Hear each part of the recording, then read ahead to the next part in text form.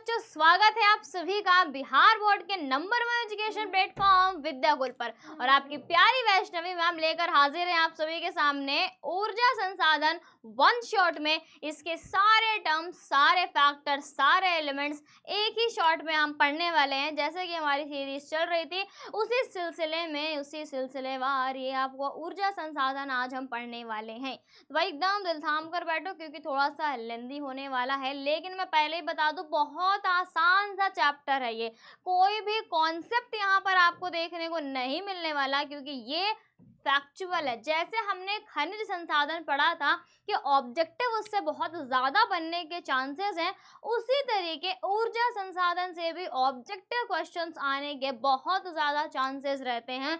बहुत ज़्यादा repeated questions इसमें से आपको देखने को आपके एग्जाम में मिल जाएंगे। ठीक है, तो भैया ये जो चैप्टर है, जाहिर सी बात है ऊर्जा संसाधन हो या जो हमने पहले पढ़ा था खनिज संसाधन, ये आप क्लास 4, 5, 6, 7 से पढ़ते चले आ रहे हैं। आपको सब कुछ पता है कि ऊर्जा क्या होती है, कितने तरीके की होती है, कैसे हमें मिलती है और हम उसके अल्टरनेटिव सोर्सेस के तौर पर किन्हें देखते हैं। तो बस उसी चीज़ को हमें थोड़ा सा डिटेल में पढ़ना है, थोड़ा सा आपको और आगे बढ़कर समझना है। जो हमने पहले क्लासेस में पढ़ा है उससे थोड़ा सा आगे बढ़कर यहाँ पर आपको देखने को हर एक कॉन्सेप्ट मिलेगा।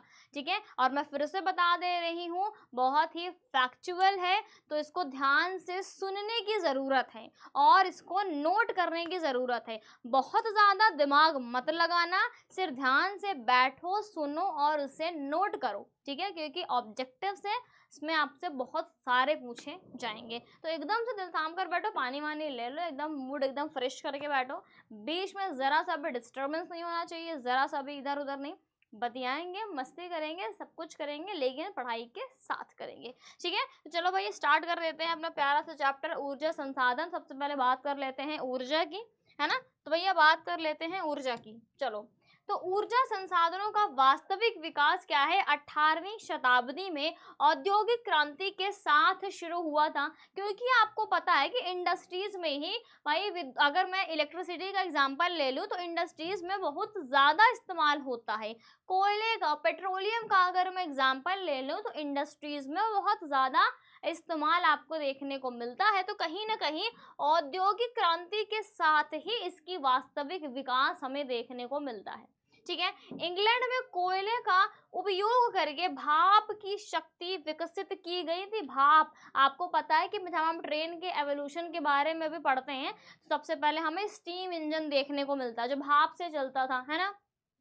जल्द ही यह यूरोप के अन्य देशों में भी फैल गया। समय बीतने के साथ ऊर्जा के नए नए स्रोत भी विकसित हुए और आज के टाइम पर भी आप देख रहे हो, अब तो जो हमारी गाड़ियां हैं वो बैटरी से भी चलने लगी है ना। अब इलेक्ट्रिक व्हीकल्स भी आने लगी हैं।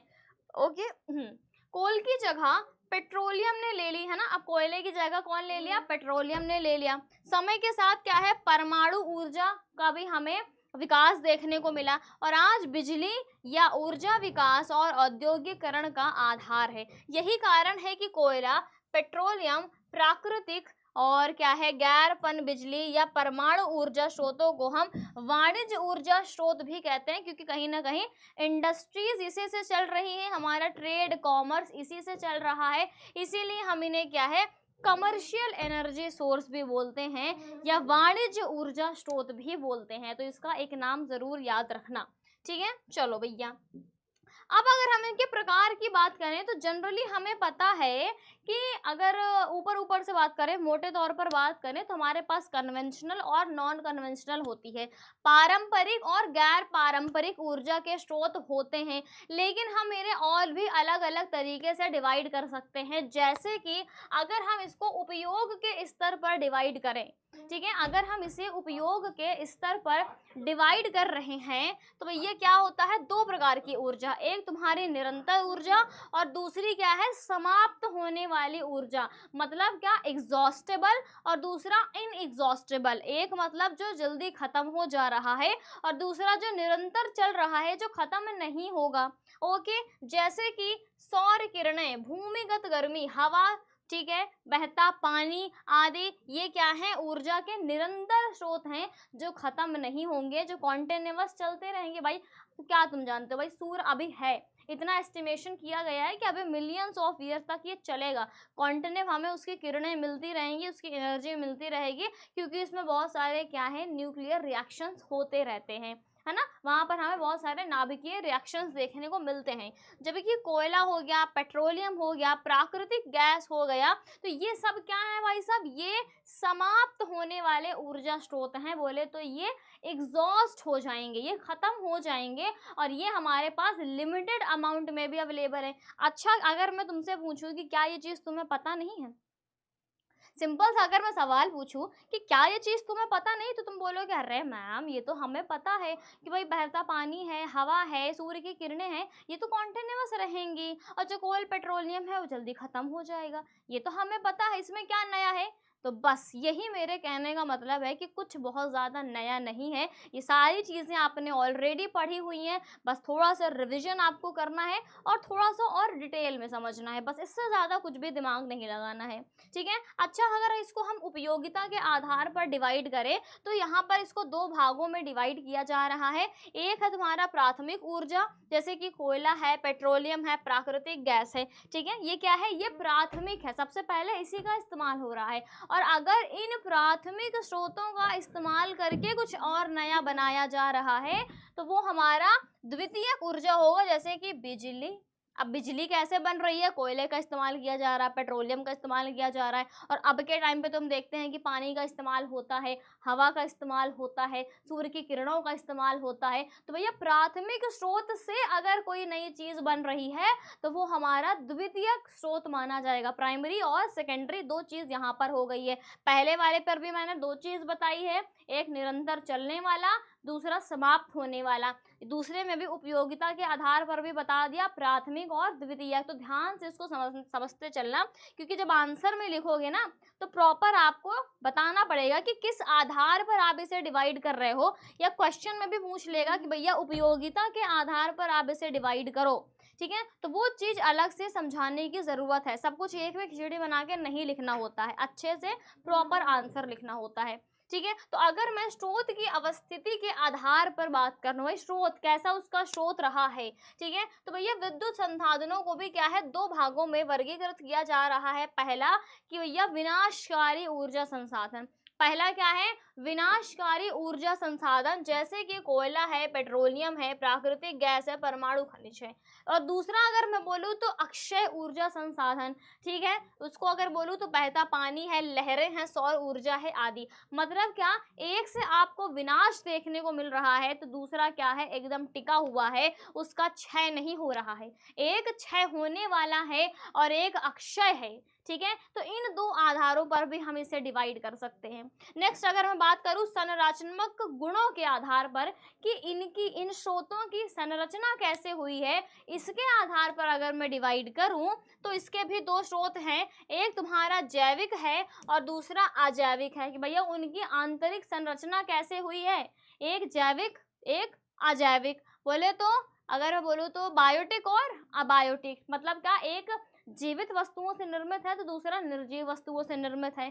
जैसे कि अगर मैं बोलूँ जैविक वाला, तो क्या क्या होगा तुम्हारा, जैसे कि मानव और पशु शक्ति, ठीक है, और जल शक्ति, पवन ऊर्जा, सौर ऊर्जा, ईंधन को हम क्या बोलेंगे, अजैविक बोलेंगे। तो हर क्राइटेरिया का तुम्हें वर्गीकरण आना चाहिए, कि भाई क्वेश्चन में कुछ भी पूछ सकता है, और हो सकता है कि हर आधार पे तुमसे इसको डिवाइड करने को बोल दे, इसको वर्गीकरण करने को बोल दे, तो वो बहुत ही प्यारे तरीके से ऐसे कर लेना, प्रॉपर वे में सारी चीज़ें लिखी हुई हैं, ठीक है। भाई एक बारी से मुझे प्यारे प्यारे से बच्चे ये बता दे कि यस मैम ये वाला टॉपिक हमें बहुत अच्छे समझ में आ गया है, और अगर वो आपकी प्यारी सी स्माइल, वो प्यारे से हार्ट्स अगर मैम को मिल जाएं, तो मैम का मोटिवेशन थोड़ा सा और डबल ट्रिपल देखने को मिलेगा। भाई अगर प्यारे प्यारे से बच्चे थोड़ा सा मुस्कुरा देंगे, तो और एनर्जी आ जाएगी और मज़ा आ जाएगा बताने में। एक और क्राइटेरिया है तुम्हारा, कौन सा, समय के आधार पर। भाई समय के आधार पर कैसे डिवाइड करोगे, एक पुराना समय हुआ करता था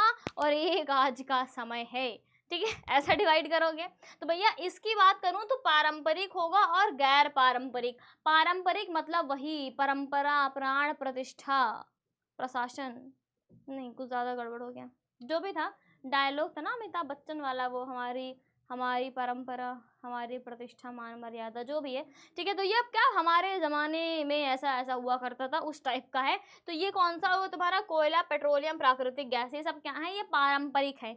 अगर हम गैर पारंपरिक की बात करें तो भैया जो तुम्हारा आधुनिक समय में तुमको देखने को मिल रहा है, ठीक है, आधुनिक समय की अगर मैं बात करूं तो इसमें आपको सौर ऊर्जा, पवन ऊर्जा, ज्वारी ऊर्जा, भूतापी ऊर्जा और जैव विद्युत, इसमें आपको देखने को मिल रहा है जो कि गैर पारंपरिक ऊर्जा के स्रोत हैं। तो एक तुम्हारा पारंपरिक हो गया और दूसरा तुम्हारा गैर पारंपरिक हो गया, ठीक है। तो भैया 5 आधार पे हमने इसका वर्गीकरण किया है, इसको जरूर अपने दिमाग में बिठा लेना। 5 आधारों पर हमने क्या है, इन ऊर्जा के स्रोतों को डिवाइड किया है।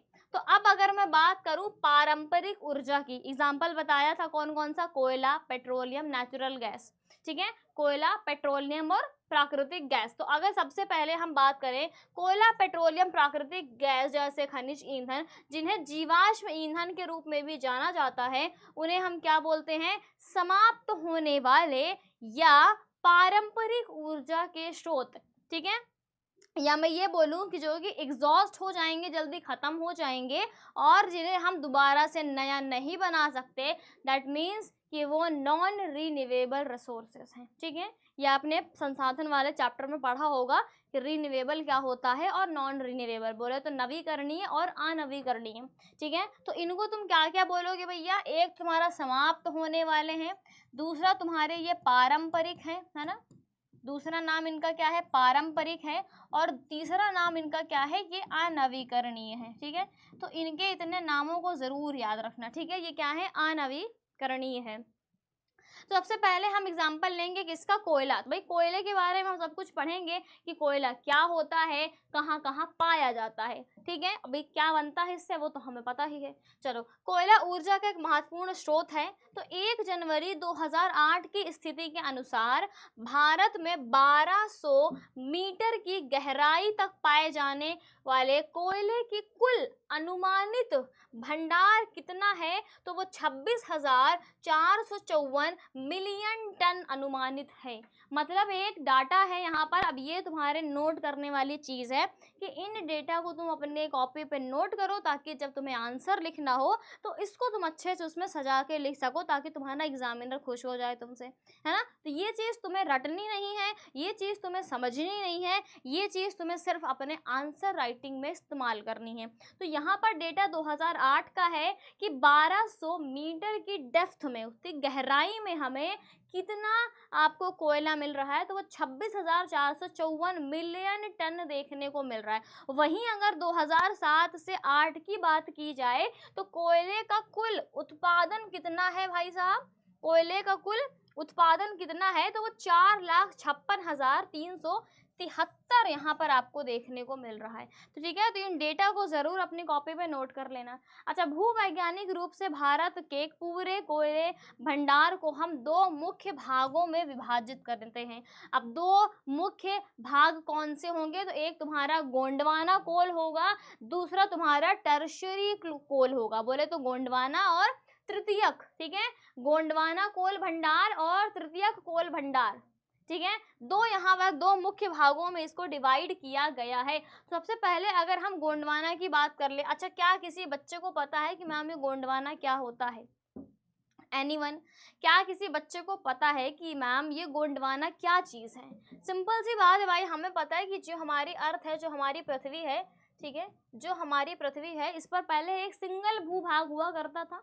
सिंगल, इतने सारे जो हमें अलग अलग यहाँ पर कॉन्टिनेंट्स देखने को मिल रहे हैं, ये पहले नहीं हुआ करते थे, ठीक है। तो यहीं पर क्या है, एक इतना बड़ा, मान लो हमें एक लैंड मास देखने को मिलता था, ठीक है, एक भूभाग हमें यहाँ पर देखने को मिलता था, और वो क्या है, बाद में इन्हीं टेक्टोनिक प्लेट्स की मूवमेंट की वजह से, ठीक है, इसको आप ज्योग्राफी में पढ़ोगे, जब जो बच्चा 11th में लेगा ह्यूमैनिटी, उसको आगे जाके पढ़ाया जाएगा ज्योग्राफी में कि ये जो टेक्टोनिक प्लेट्स है ना, ये जब मूव करती हैं, ठीक है, तो इनकी मूवमेंट से बहुत सारे लैंडफॉर्म्स बनते हैं, बहुत सारे भूभाग बनते हैं। जो हमारा हिमालय बना है वो भी इसी वजह से बना हुआ है। तो इन्हीं मूवमेंट में आपको कुछ मूवमेंट देखेगा कि भाई जो प्लेट्स हैं वो दूर दूर जा रही हैं, कुछ प्लेट्स होंगी जो पास पास आ रही हैं, कुछ क्या है वो साइड से निकल जा रही हैं, ठीक है। तो यहाँ पर क्या हुआ कि यहाँ पर दो प्लेट्स आपस में जब दूर दूर गई हैं तो यहाँ पर क्या हुआ है, डिवाइड हो गया है, ठीक है। यहाँ पर दो जो है दो अलग अलग भूभागों में वो डिवाइड हो गया है। तो इसी साउथ वाले भूभाग को हम गोंडवाना के नाम से जानते हैं, ठीक है। इसी साउथ वाले पार्ट को हम गोंडवाना के नाम से जानते हैं। और हमारा भारत भी यहीं पर हुआ करता था, ठीक है। हमारा भारत भी पहले यहीं पर हुआ करता था, लेकिन इन्हीं प्लेट टेक्टोनिक की मूवमेंट्स की वजह से वो धीरे धीरे क्या है, नॉर्थ में शिफ्ट कर गया, ठीक है। वो धीरे धीरे क्या है, नॉर्थ में शिफ्ट कर गया। तो इसीलिए यहाँ पर आपको गोंडवाना कोल भंडार, ठीक है, गोंडवाना कोयले का भंडार आपको यहाँ पर देखने को मिलता है। तो अब कोई बच्चा कंफ्यूज नहीं होगा कि मैम ये तो साउथ में हुआ करता था गोंडवाना वाला हिस्सा, तो भारत में कैसे कोल मिला, क्योंकि भारत इसी गोंडवाना समूह का हिस्सा था इसलिए, ठीक है। तो अब तो किसी को दिक्कत नहीं है इस गोंडवाना नाम से, ठीक है। तो भाई इस समूह के पास आपको जो है, इस समूह के पास 96% कोयले का भंडार देखने को मिलता है, ठीक है। कितना, 96% कोयले का भंडार है। लेकिन अगर मैं उत्पादन की बात करूं तो 99% हिस्से का यहाँ पर उत्पादन हो रहा है। भंडार होना और उत्पादन होना दोनों में अलग अलग चीजें हैं, ठीक है। भैया कितना रिजर्व है, तो टोटल में का 96% यहीं पर देखने को मिलता है। और कितना प्रोड्यूस होता है, कितना उत्पादन हो रहा है, तो 99% का उत्पादन यहाँ हो रहा है, ठीक है। तो भाई कोयले का निर्माण कितना पुराना है, यहाँ पे लगभग 200 मिलियन साल पहले का है, क्योंकि वो गोंडवाना समूह कितना पुराना है, तो वो 200 साल, ठीक है, मिलियन साल, ठीक है, 200 मिलियन साल पुराना है वो, ठीक है। इसको हम क्या है, चार मुख्य क्षेत्र में डिवाइड करते हैं। एक है तुम्हारा दामोदर घाटी, सोन घाटी, महानदी घाटी और क्या है, गोदावरी घाटी, ठीक है। तो ये तुम्हें यहाँ पे चार देखने को मिलेंगे। यही इन्हीं चार क्षेत्रों में तुम्हें गोंडवाना समूह के जितना भी कोयला भंडार है वो देखने को मिलता है, ठीक है। दूसरा हमारा क्या है, तृतीयक समूह है, तृतीयक के बारे में भी मैंने बताया था। तो ये वाला जो कोयले का समूह है ये 5.5 मिलियन वर्ष पुराना है, ठीक है। ये 5.5 मिलियन वर्ष पुराना है। मतलब कि सबसे पुराना कौन सा है, तो वो गोंडवाना वाला है ना, सबसे पुराना गोंडवाना वाला है। तो ये हो गया हमारा। अब ये कहाँ कहाँ पाया जाता है, तो ये असम, अरुणाचल प्रदेश, मेघालय और नागालैंड में पाया जाता है। सबके क्षेत्रों को जरूर अपने दिमाग में बिठा के रखना बच्चा, ठीक है। अब इसीलिए मैंने यहाँ पर मैप लगा के रखा है, ठीक है। अब मैप में ये सारी चीज़ें ज़्यादा अच्छे से समझ में आएंगी। अभी कॉपी पे केवल स्टेटमेंट लिखने से नहीं दिमाग में आएगा, इसको मैप में ही तुम्हें समझना पड़ेगा, ठीक है। तो यहाँ पे देखो साफ साफ लिखा हुआ है तुम्हारा, देखो गोंडवाना डिपॉजिट कहाँ है, ये जो तुम्हारा सर्कल वाला पार्ट है, ठीक है। जैसे कि ये हुआ है ना, जितना तुम्हारा सर्कल वाला पार्ट है, और देखो ये वाला पार्ट हुआ, ये जो तुम्हारा सर्कल वाला पार्ट है ये तुम्हारा गोंडवाना समूह का है, ठीक है। और अगर मैं बात करूँ टर्शियरी वाले का, किधर गया, ठीक है। ये जो तुम्हारा इधर ट्राइंगल जो बना हुआ है, यहाँ पर भी क्या है, तुम्हें कोयले का भंडार देखने को मिल रहा है। अच्छा, नाम इन लोगों को जरूर याद रखना है ना, जैसे कि मैंने बताया हुआ है, ये तुम्हारा रानीगंज हो गया, बीरबम हो गया, ठीक है, इधर तुम्हारा राजमहल हो गया, और इधर तुम्हारा ये जो जबलपुर वाला हिस्सा हो गया, ठीक है। तो यहाँ अगर सारे मैंने क्षेत्र बताए हुए हैं, और इसको मैप में जितना अच्छे समझ लोगे उतना बेहतर होगा। और हम पूरी कोशिश करेंगे कि मैप का सेशन हम अलग से लेकर आएँ, ठीक है। ये मेरे दिमाग में है पहले से कि हम जो है ज्योग्राफी के मैप वाला और हिस्ट्री के मैप वाला, इनके सेशन जो हैं वो हम भले ही कुछ मिनट्स के हों, लेकिन इनके हम अलग से सेशन लेकर आएँ, ताकि आपको सारे मैप हम एक बार में कवर करा दें। क्योंकि मैप में अगर आपने क्वेश्चन जितने भी आते हैं ना, बहुत आसान होता है मैप को पॉइंट आउट करना, और उसमें आपको अपने मार्क्स जो है वो गेन करना बहुत ज़्यादा आसान होगा, ठीक है। तो उतने आपके मार्क्स एकदम फिक्स हो जाएंगे, वो आपसे दूर कहीं नहीं जाने वाले। तो मैप का सेशन हम ज़रूर लेकर आएंगे, जिसमें आप सारे मैप्स को एक साथ ही कवर कर लोगे। ये तुम्हारा एक और मैप है, इसमें तुम्हारे सारे कोल रिजर्व देखने को मिल रहे हैं। अच्छा, अलग अलग टाइप का कोल है भाई, अभी मैं आगे तुमको पढ़ाऊंगी कितने टाइप के कोल हैं। बिटुमिनस होगा, एंथ्रासाइट होगा, ठीक है, और तुम्हारा लिग्नाइट होगा, और तुम्हारा क्या है, क्या बोलते हैं, पीट, ठीक है। चार टाइप देखने को मिलेगा।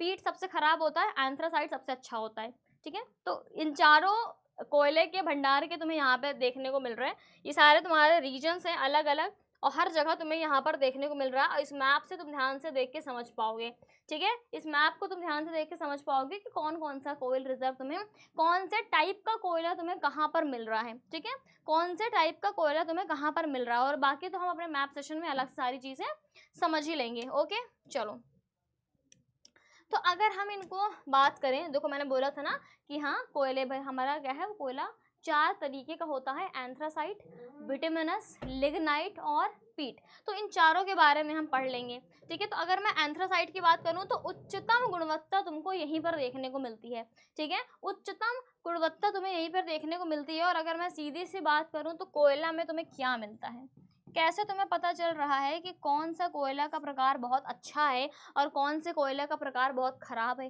तो कोयले में तुम्हें कार्बन का कंटेंट देखने को मिलता है ना, कार्बन का। तो भाई सीधी सी बात है, जिसमें ज़्यादा कार्बन होगा वो कोयला उतना ज़्यादा अच्छा होगा, और जिसमें जितना कम कार्बन होगा वो उतना खराब होगा।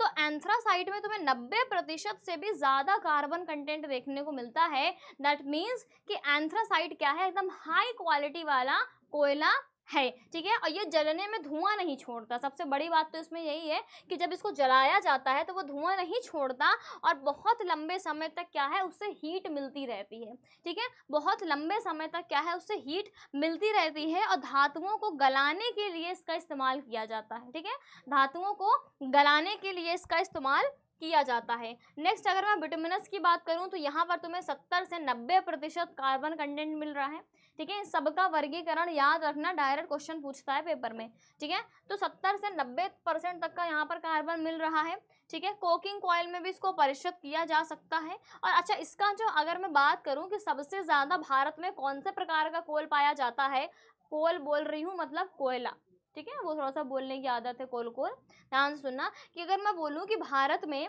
सबसे ज़्यादा कोयले कौन से प्रकार का कोयला पाया जाता है, तो वो बिटुमिनस ही है, ठीक है, सबसे ज़्यादा तुम्हें बिटुमिनस की ही मात्रा देखने को मिलेगी। नेक्स्ट अगर मैं लिग्नाइट की बात करूँ तो ये थोड़ा सा निम्न श्रेणी का है, मतलब बहुत अच्छा नहीं है, क्योंकि इसमें सिर्फ 30 से 70% तक का ही कार्बन कंटेंट देखने को मिलता है, और इसे भूरा कोयला भी कहा जाता है। और ये जलाने पर बहुत ज़्यादा क्या है, धुआं देता है, ठीक है, जलाने पर बहुत ज़्यादा ये धुआं देता है, और इसे भूरा कोयले के नाम से भी जाना जाता है। अच्छा, अगर मैं पीट की बात करूं तो 30% से भी कम कार्बन इसमें तुमको मिलता है, और ये तुम्हें पूर्व के दलदली हिस्सों में ये देखने को मिलेगा, ये वाला कोयले का भंडार, ठीक है। भाई तीनों ऐसे चारों ऐसे याद रखना, सीधे तुमसे सवाल पूछ सकता है कि ये बताओ कौन से ऐसे कोयले का प्रकार है जो जलाने पर धुआं नहीं देता है, तो वहां पर तुम्हें आंसर टिक करना है एंथ्रासाइट। और कौन सा ऐसा कोयले का प्रकार है जो जलाने पर बहुत ज्यादा धुआं देता है, तो उसमें तुम्हें आंसर करना है लिग्नाइट, ठीक है। तो ऐसे ऐसे क्वेश्चंस बनते हैं, उसका अच्छे तरीके से जवाब देना होता है।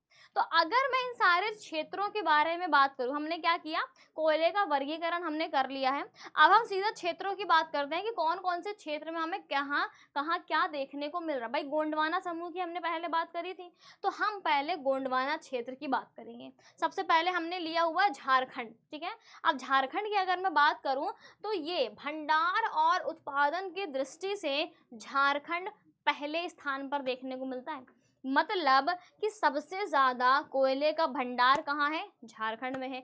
सबसे ज़्यादा कोयले का उत्पादन कहाँ हो रहा है, झारखंड में हो रहा है। इसके पास देश का 30% से भी ज़्यादा कोयले का भंडार है, और उत्पादन यहाँ पर 23% से भी ज़्यादा हो रहा है।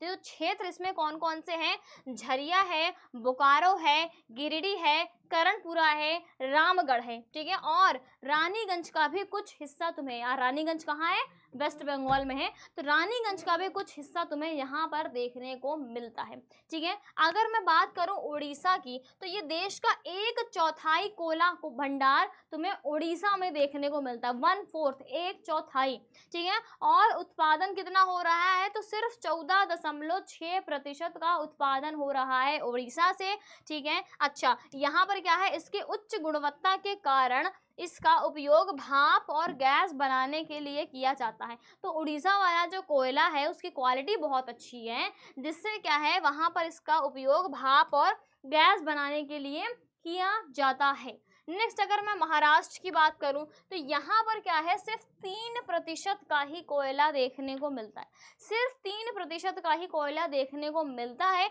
लेकिन इसका क्या है, उत्पादन काफ़ी ज़्यादा आपको देखने को मिलता है। भंडार भले ही कम है लेकिन उत्पादन तुमको महाराष्ट्र से काफ़ी ज़्यादा देखने को मिलेगा, ठीक है। अच्छा, इस राज्य में देश का केवल 7% ही कोयले का भंडार है, क्योंकि अधिकांश कोयला क्षेत्र क्या है, वो छत्तीसगढ़ में चला गया है, ठीक है। तो ये वाला जो हमारा पार्ट है ये मध्य प्रदेश वाला पार्ट है, ठीक है। ये किसकी बात हो रही है, ये मध्य प्रदेश की बात हो रही है। यहाँ पर क्या है, तुम्हें 7% क्या है कोयले का भंडार देखने को मिल जाएगा, और बहुत सारा इसका क्षेत्र जो है वो छत्तीसगढ़ के हिस्से में चला गया है, ठीक है। अगर मैं छत्तीसगढ़ की बात करूँ तो भैया बफर रिजर्व के मामले मतलब कि कोयले का भंडार कितना है कहाँ, छत्तीसगढ़ में, तो उसके हिसाब से ये तीसरे स्थान में है। और उत्पादन की बात करूं तो ये दूसरे स्थान पर है, ठीक है। भंडार के हिसाब से तीसरे स्थान पर है, उत्पादन के हिसाब से दूसरे स्थान पर है, और इसके पास 15% का भंडार है कोयले का, याद रखना। और उत्पादन करना कितना है, वो 16% का उत्पादन यहाँ से हो रहा है। और मेन रीजन कौन कौन से हैं, तो चिरमिरी है, कुरसिया है, विश्रामपुर है, झिलमिली है, सोनहत है और लखनपुर है। तो इन सारे एरियाज को जरूर नोट करते चलना भाई, सीधा सीधा लिखो झारखंड, ये सारे एरिया है, बस इतना लिख लो, बहुत ज़्यादा नहीं, ठीक है। उत्पादन कितना हो रहा है और भंडार कितना है, बस इतना ही जानना है आपको। इतना डेटा आपको पता होना चाहिए हर स्टेट के बारे में, ठीक है। जितने स्टेट में तुम्हें गोंडवाना समूह देखने को मिलता है उतने स्टेट के बारे में तुम्हें उसका उत्पादन, उसका भंडार और कौन कौन से क्षेत्र हैं, ये तीनों पॉइंट साथ में लिखते चलो, ठीक है। ये तीनों पॉइंट साथ में लिखते चलो। अगर मैं पश्चिम बंगाल की बात करूं तो भैया ये रिजर्व के मामले में बोले भंडार के मामले में चौथे स्थान पर है, और उत्पादन के मामले में 7वें स्थान पर है। और रानीगंज सबसे महत्वपूर्ण क्षेत्र है, ये सबसे महत्वपूर्ण है, और इसका एक हिस्सा तुम्हें झारखंड में भी देखने को मिलता है। अच्छा, दार्जिलिंग में कुछ कोयले का उत्पादन भी होता है, और प्रमुख कोयला उत्पादन कहाँ हो रहा है, सिंगरौली, सोहागपुर, जोहिला और उमरिया, ठीक है। अन्य कोयला उत्पादक क्या है, सतपुड़ा क्षेत्र है, जहां पर तुम्हें कन्हन, पाटखेड़ा और मोहपानी, ठीक है, ये सतपुड़ा क्षेत्र की बात हो रही है यहाँ पर, ठीक है। तो ऐसे इन क्षेत्रों में जहां जहां तुम्हें गोंडवाना समूह देखने को मिल रहा है, उन राज्यों में, उन क्षेत्रों में तुम्हें कोयले का भंडार देखने को मिलता है।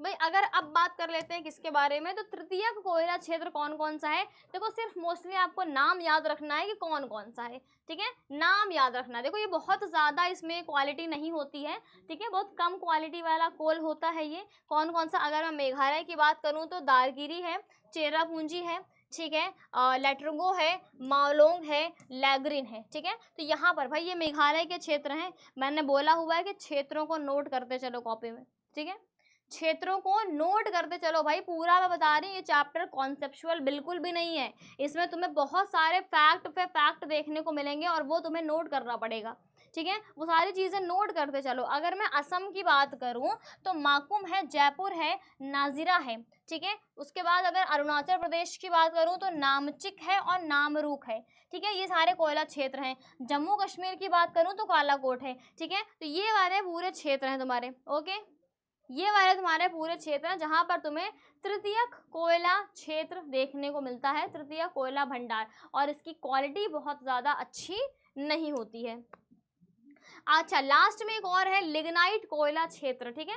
लिग्नाइट कोयला क्षेत्र मतलब कि जो लिग्नाइट प्रकार है ना कोयले का, जो कि जिसकी क्वालिटी सबसे खराब होती है, उसका क्षेत्र। तो ये निम्न श्रेणी का कोयला है, इसमें नमी ज़्यादा होती है और कार्बन कम होता है, और इसलिए बहुत ज़्यादा धुआं देता है जब इसको जलाया जाएगा, ठीक है। तो अच्छा, तो मुख्य रूप से तमिलनाडु के लिग्नाइट बेसिन में पाए जाते हैं। इसके पास देश के लिग्नाइट कोयला भंडार का 94% हिस्सा है। तो अगर मैं लिग्नाइट की बात करूं तो तुम्हें सबसे ज़्यादा कहाँ दिखने को मिल रहा है, तो वो तमिलनाडु में मिलेगा।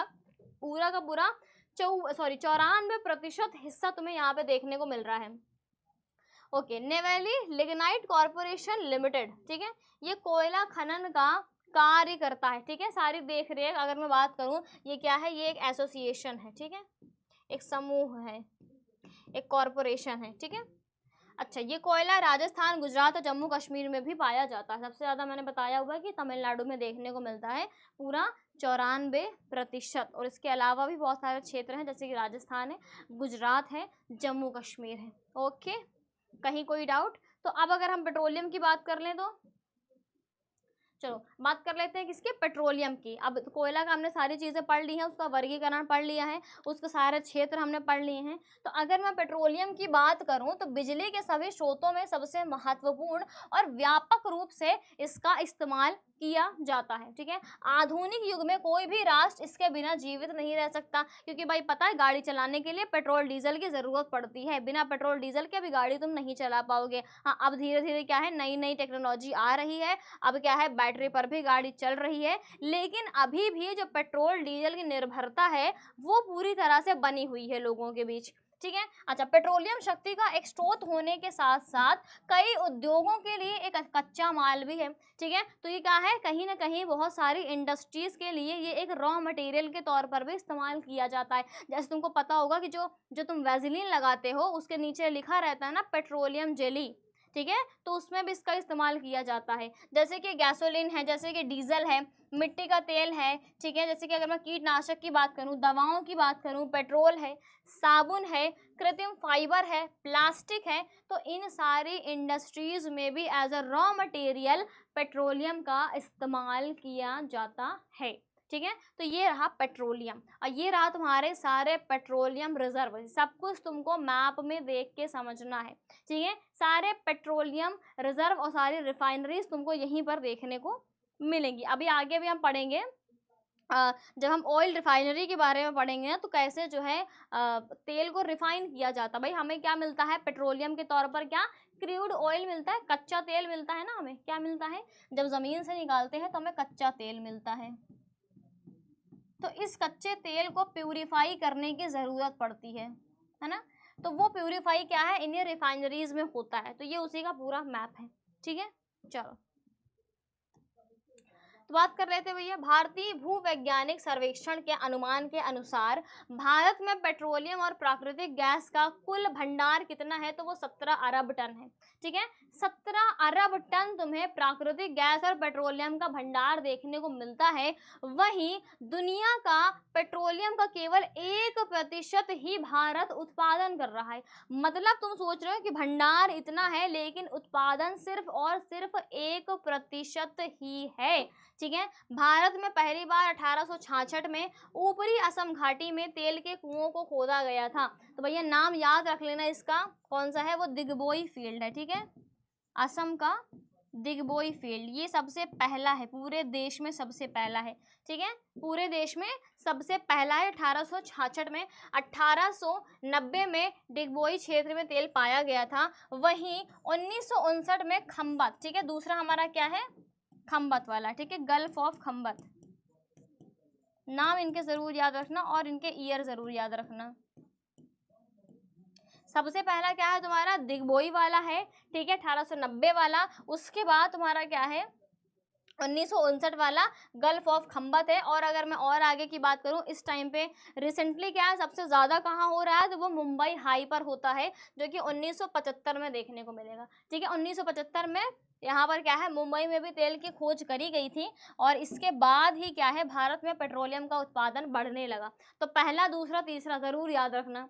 ठीक है, पहला, दूसरा, तीसरा ज़रूर याद रखना। और ये रहा तुम्हारा ऑयल फील्ड का मैप। ठीक है, ऑयल फील्ड का मैप ये रहा तुम्हारा, देखो दिग्बोई है, नाहरगढ़िया है। ठीक है, उसके बाद अगर मैं बात करूँ, ये खंबत वाला है, ये मुंबई हाई है, बसीन है, अंकलेश्वर है। तो ये सारे इंपॉर्टेंट ऑयल फील्ड्स हैं। ठीक है, और इसी तरीके जब मैप के क्वेश्चंस आएंगे एग्जाम में, तो ऐसे ही आपको पॉइंट आउट करना पड़ेगा किसी ना किसी सिंबल के साथ, चाहे सर्कल बना दो, चाहे लाइन खींच दो, ठीक है, चाहे स्क्वायर बना दो, रेक्टेंगल बना दो। तो ऐसे सिंबल्स के साथ क्या है, आप मैप को पॉइंट आउट करोगे।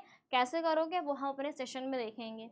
ठीक है, चलो भैया थोड़ा सा आगे बढ़ लेते हैं। अब तेल क्षेत्रों का वितरण कहाँ कहाँ हुआ है, ठीक है, तो कहाँ पर आपको ज़्यादा से ज़्यादा तेल देखने को मिलता है, बोले तो कच्चा तेल जो हमारा पेट्रोलियम वाला है, ठीक है। तो अगर मैं पूर्वोत्तर क्षेत्र की बात करूं तो सबसे पुराना तेल उत्पादक क्षेत्र है, क्योंकि दिग्बोई वाला यहीं देखने को मिलता है ना, ऊपरी असम घाटी में, ठीक है, दिग्बोई वाला क्षेत्र। लगभग 1 सदी तक यह भारत का एकमात्र उत्पादक क्षेत्र था। मतलब सोचो 1 सदी तक कोई और क्षेत्र हमको मिला ही नहीं जहां से हमें कच्चा तेल मिल सके, है ना। तो ऊपरी असम घाटी, अरुणाचल प्रदेश, नागालैंड आदि का विशाल तेल इसके अंतर्गत आता है, ठीक है। इस क्षेत्र के महत्वपूर्ण उत्पादक कौन से हैं, तो दिग्बोई है, नहरकटिया है, मोरान है, ठीक है, और अरुणाचल प्रदेश में निगरू और नागालैंड में बोरहुला है। तो इनके सबके नाम जरूर याद रखना, डायरेक्ट ऑब्जेक्टिव पूछ लेगा कि कौन से राज्य में कौन सा तेल उत्पादक क्षेत्र पाया जाता है, और ऑप्शन ऐसा दे देगा कि तुम्हारा दिमाग घूम जाएगा, इसलिए सबको नोट करते चलो अपने साथ साथ, ठीक है, क्षेत्र वाइज सबको नोट करते चलो। नेक्स्ट अगर मैं गुजरात की बात करूं तो यह क्षेत्र खंबात बेसिन और गुजरात के मैदान में फैला हुआ है। यहाँ पहली बार 1958 में तेल की खोज करी गई थी। कब? 1958 में। और मुख्य उत्पादक क्षेत्र कौन से हैं, तो अंकलेश्वर है, कलोल है, नवगांव है, कोसांबा है, ठीक है, और महसाना है, ठीक है। तो ये रीजन्स देखने को मिल रहे हैं कहाँ पर, गुजरात वाले क्षेत्र में, ठीक है। नेक्स्ट अगर मैं बात करूँ मुंबई उच्च क्षेत्र, बोले तो मुंबई हाई वाला, ठीक है, मुंबई हाई वाला, ये मुंबई तट से 176 किलोमीटर उत्तर पश्चिम में स्थित है, ठीक है। कहाँ पर? उत्तर पश्चिम में, मुंबई से उसके तट से 176 किलोमीटर दूर उत्तर पश्चिम में अरब सागर में देखने को मिलता है। और यहाँ तेल खोजने का काम 1975 में शुरू हुआ था। इसमें 800 मिलियन टन तेल का भंडार देखने को मिल रहा है, ठीक है, कितना? 800 मिलियन टन तेल का भंडार देखने का अनुमान है यहाँ पर। और यहाँ के कच्चे तेल को पाइप के जरिए अलग अलग साइट में पहुँचाकर उसे प्यूरिफाई किया जाता है, उसे रिफाइन किया जाता है। तो अगर इसके डेटा की मैं बात करूं तो 2004-05 में क्या है, इसका डेटा यहाँ पर दिया हुआ है, ठीक है। इतना टन तुम्हें तेल देखने को मिल रहा है, कब? 2004 से 5 में, जो कि भारत के कुल उत्पादन का 66% है। इसका मतलब तुम खुद अनुमान लगा सकते हो कि मुंबई हाई में तुम्हें कितना ज़्यादा तेल का भंडार देखने को मिलता है, तेल का उत्पादन देखने को मिलता है, ठीक है। अच्छा, इसके दक्षिण में एक और तेल क्षेत्र की खोज की गई है, ठीक है, जिसमें आपको मुंबई हाई से भी बड़े भंडार देखने को मिलते हैं, ठीक है। तो ये क्लियर हुआ। और क्या है, इसके लास्ट के 2 क्षेत्र और हैं, कौन से? एक तुम्हारा पूर्वी तट वाला है जो कि कृष्णा, गोदावरी और कावेरी की घाटियों तक फैला हुआ है। उसके बाद क्या है, नरीमाथम और कोविलपत, ठीक है, कौन सा है? कोविलपल क्या है, जो कि कावेरी क्षेत्र का मुख्य तेल क्षेत्र है। उसके बाद पूर्वी गोदावरी कृष्णा के क्षेत्र में भी कुल तेल क्षेत्रों की खोज की गई। ये पूरा किधर है? ये पूर्वी तट की बात हो रही है, ये पूरा ईस्टर्न कोस्टल प्लेन की बात हो रही है। तो यहाँ पर जितने तुम्हारे तेल क्षेत्र देखने को मिलते हैं वो सारे हैं। नेक्स्ट अगर मैं बाड़मेर बेसिन की बात करूं तो यहाँ पर मंगला तेल क्षेत्र क्या है, बहुत ज़्यादा इंपॉर्टेंट है, जिसकी शुरुआत जो है सितंबर महीने, ठीक है, 2009 के सितंबर महीने में करी गई थी। यह प्रतिदिन 56,000 बैरल तेल का उत्पादन कर रहा है। मतलब हर रोज यहाँ से बाड़मेर बेसिन से हर रोज 56,000 बैरल तेल का उत्पादन होता है। वहीं 2012 तक यह क्षेत्र भारत के पेट्रोलियम का 20% उत्पादन करेगा, ऐसा अनुमान किया गया है, ठीक है। तो ये सारे हमारे याद है भाई साहब, ये सारे हमारे प्रमुख तेल क्षेत्र के वितरण थे कि कौन कौन से क्षेत्रों में तेल पाया जाता है, तेल क्षेत्र पाए जा रहे हैं। हर राज्य के अलग अलग क्षेत्रों की हमने बात करी है। और इसके बाद हम बात करेंगे तेल शोधन के बारे में। भाई अभी तक हम पूरी बात कर रहे थे कि भाई कितने सारे तेल के कहाँ कहाँ कौन से राज्य में कौन कौन से क्षेत्र हमें देखने को मिल रहे हैं। तो अब हम बात करने वाले हैं कि भाई तेल शोधन क्या होता है। मैंने आपको बताया होगा कि कोई भी चीज़ अगर हमें ज़मीन से मिल रही है तो वो एकदम प्योर फॉर्म में हमें थोड़ी ना मिल जाएगी। भाई अगर सोना मिल रहा है तो डायरेक्ट सोना पहनने वाला थोड़ी ना मिल जाएगा, तो कहीं ना कहीं उसको प्योरीफाई करने की ज़रूरत पड़ती है। इसी तरीके जब हम तेल की बात करते हैं तो सबसे पहले हमें कच्चा तेल देखने को मिलता है, ठीक है। क्या होता है? ये एक कच्चा तेल होता है, ठीक है। और ये क्या होता है? ये अशुद्ध होता है, तो इसको शुद्ध करने की ज़रूरत पड़ती है, इसको प्योरीफाई करने की ज़रूरत पड़ती होती है, इसलिए उपयोग करने से पहले तेल रिफाइनरियों में परिष्कृत होना बहुत ज़्यादा ज़रूरी है। इसके बाद ही हमें डीजल, पेट्रोल, मिट्टी का तेल, स्नेहक और कई अन्य वस्तुएं प्राप्त होती हैं। कब? प्यूरिफाई होने के बाद। ठीक है। अच्छा, 1901 में क्या हुआ? भारत की पहली तेल रिफाइनरी असम के डिगबोई में स्थापित करी गई है। ये बहुत इंपॉर्टेंट पॉइंट है, इसको ज़रूर अपने दिमाग में बिठा के रखना। कब हुआ है? 1901 में भारत की पहली तेल रिफाइनरी असम के डिगबोई में स्थापित करी गई है। भाई बहुत इंपॉर्टेंट पॉइंट है। उसके बाद 1954 में दूसरी वाली मुंबई में स्थापित करी गई है और तब से भारत ने तेल शोधन में काफ़ी प्रगति की और आज देश में कम से कम नहीं तो 18 तेल रिफाइनरियां देखने को मिलती हैं। भाई पहला और दूसरा ज़रूर अपने दिमाग में बिठा के रखना कि पहला डिगबोई है, दूसरा क्या है? मुंबई है। ठीक है, ऑब्जेक्टिव के लिए बहुत ज़्यादा इंपॉर्टेंट है ये। ठीक है, अब बात कर लेते हैं प्राकृतिक गैस के बारे में।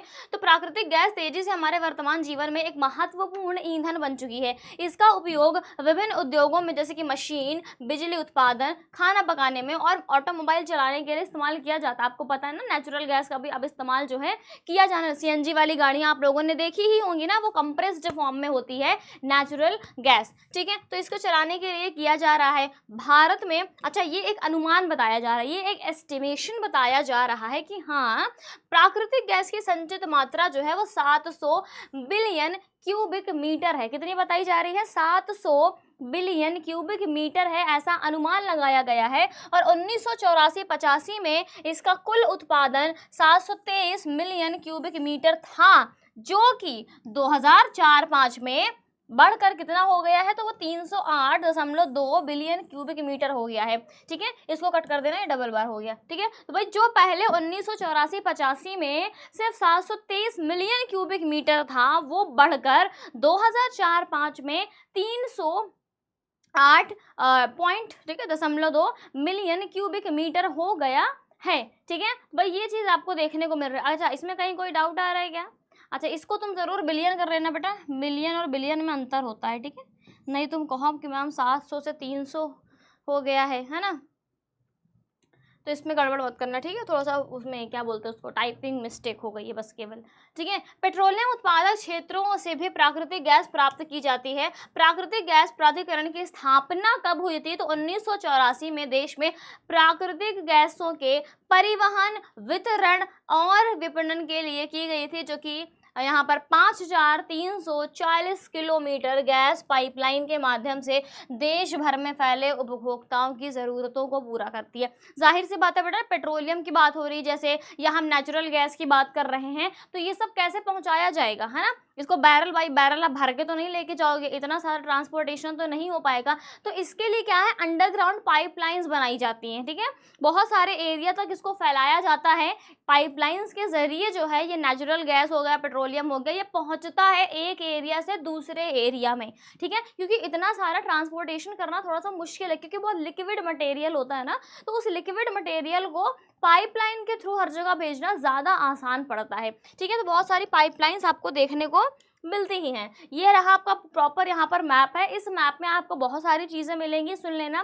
तुम्हें यहाँ पर कोल फील्ड के बारे में देखने को मिलेगा, कहाँ कहाँ पर माइंस हैं ये भी मिलेगा, कहाँ कहाँ पर ऑयल के क्षेत्र हैं वो मिलेगा, नेचुरल गैस, प्राकृतिक गैस के रिजर्व कहाँ कहाँ पर, उसके भंडार कहाँ कहाँ पर है, और ये पाइपलाइन कहाँ कहाँ पर गई। भाई तुम देख सकते हो, ये रही तुम्हारी पाइपलाइन, है ना, इस तरीके तुम इसको देखते हो। भाई इस तरीके से पाइपलाइन को अंडरग्राउंड क्या है, फैलाया गया है अलग अलग क्षेत्रों में। तो इस मैप को देख के तुम इन सारी चीज़ों के बारे में एक ही बारे में तुम्हें पता चल जाएगा। ठीक है, एक ही बार में तुम्हें इनके बारे में पता चल जाएगा, कहाँ पर कोयले का भंडार है, कहाँ पर जो है तेल का क्षेत्र है, और कहाँ पर प्राकृतिक गैस का भंडार है। तो तीनों चीज़ें तुम्हें एक ही मैप में मिल रही हैं, और ये मैप तुम्हारे लिए बहुत ज़्यादा इंपॉर्टेंट है। इसको ज़रूर आराम से बैठ के समझ लेना। ठीक है, ओके। बाकी हम जब अपना सेशन करेंगे तब तो हम एक एक करके सारी चीज़ें बताएंगे, अलग अलग मैप में बताएंगे।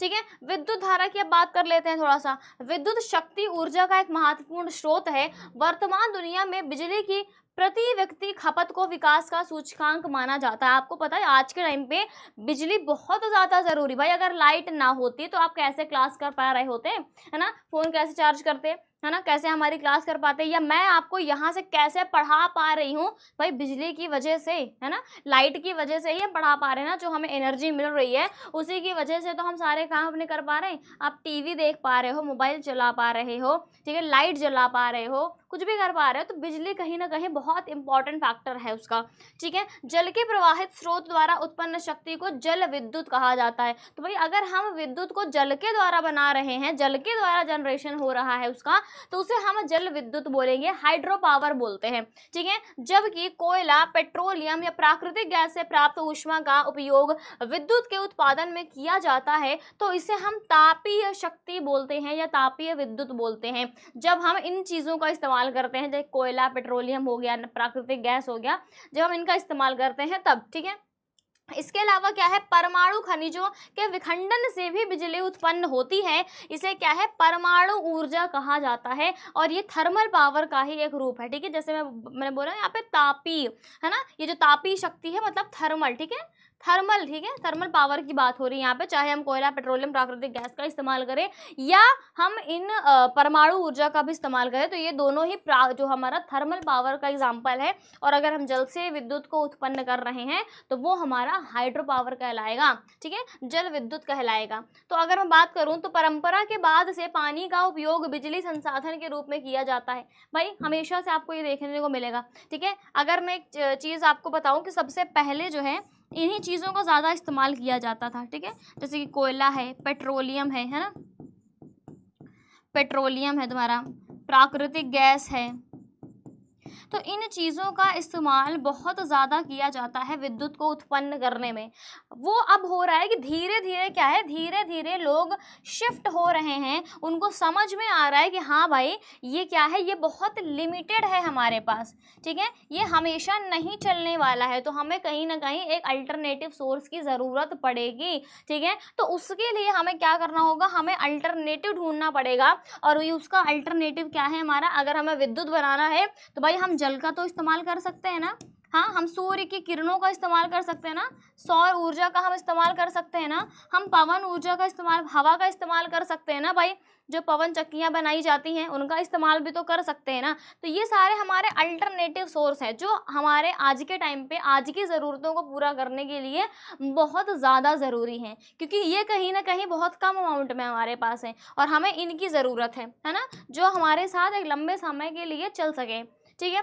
प्रारंभ में क्या हुआ, ऊर्जा प्राप्त करने की प्रक्रिया पवन चक्रों द्वारा की गई थी, ठीक है। स्टार्टिंग में इसकी कोशिश करी गई थी कि पवन चक्कियों द्वारा भी क्या है, विद्युत को उत्पन्न किया जाए। लेकिन 20वीं शताब्दी की अगर बात करूं कि भैया जब से सीमेंट, डायनमो के आविष्कार हो चुके हैं, ठीक है, जब से पोर्टलैंड सीमेंट आ चुकी है, तब से हमने देखा है कि नदियों पर बहुत बड़े बड़े क्या है, बांध बनाए जा रहे हैं। तो जब बांध बनाए जाते हैं तो उसी बांध के पानी का इस्तेमाल किया जाता है किसमें, विद्युत को उत्पन्न करने में, ठीक है। प्रक्रिया ने जल विद्युत के विकास को गति दी है। जल क्या है भाई, एक नवीकरणीय है और इससे उत्पन्न बिजली क्या है, प्रदूषण मुक्त होती है, मतलब बहुत प्योर फॉर्म की आपको यहाँ पर ऊर्जा मिलती है, किससे, जल से। जो जल से उत्पन्न हो रही है ये बहुत प्योर फॉर्म की ऊर्जा है जो कि प्रदूषण नहीं करती है, ठीक है। तो ये बहुत बड़ा फैक्टर है हमारा भाई, क्योंकि प्रदूषण मुक्त है। और अगर हम कोयला, पेट्रोलियम का इस्तेमाल करते हैं तो वो बहुत ज़्यादा क्या करता है, प्रदूषण करता है, पॉल्यूशन फैलाता है,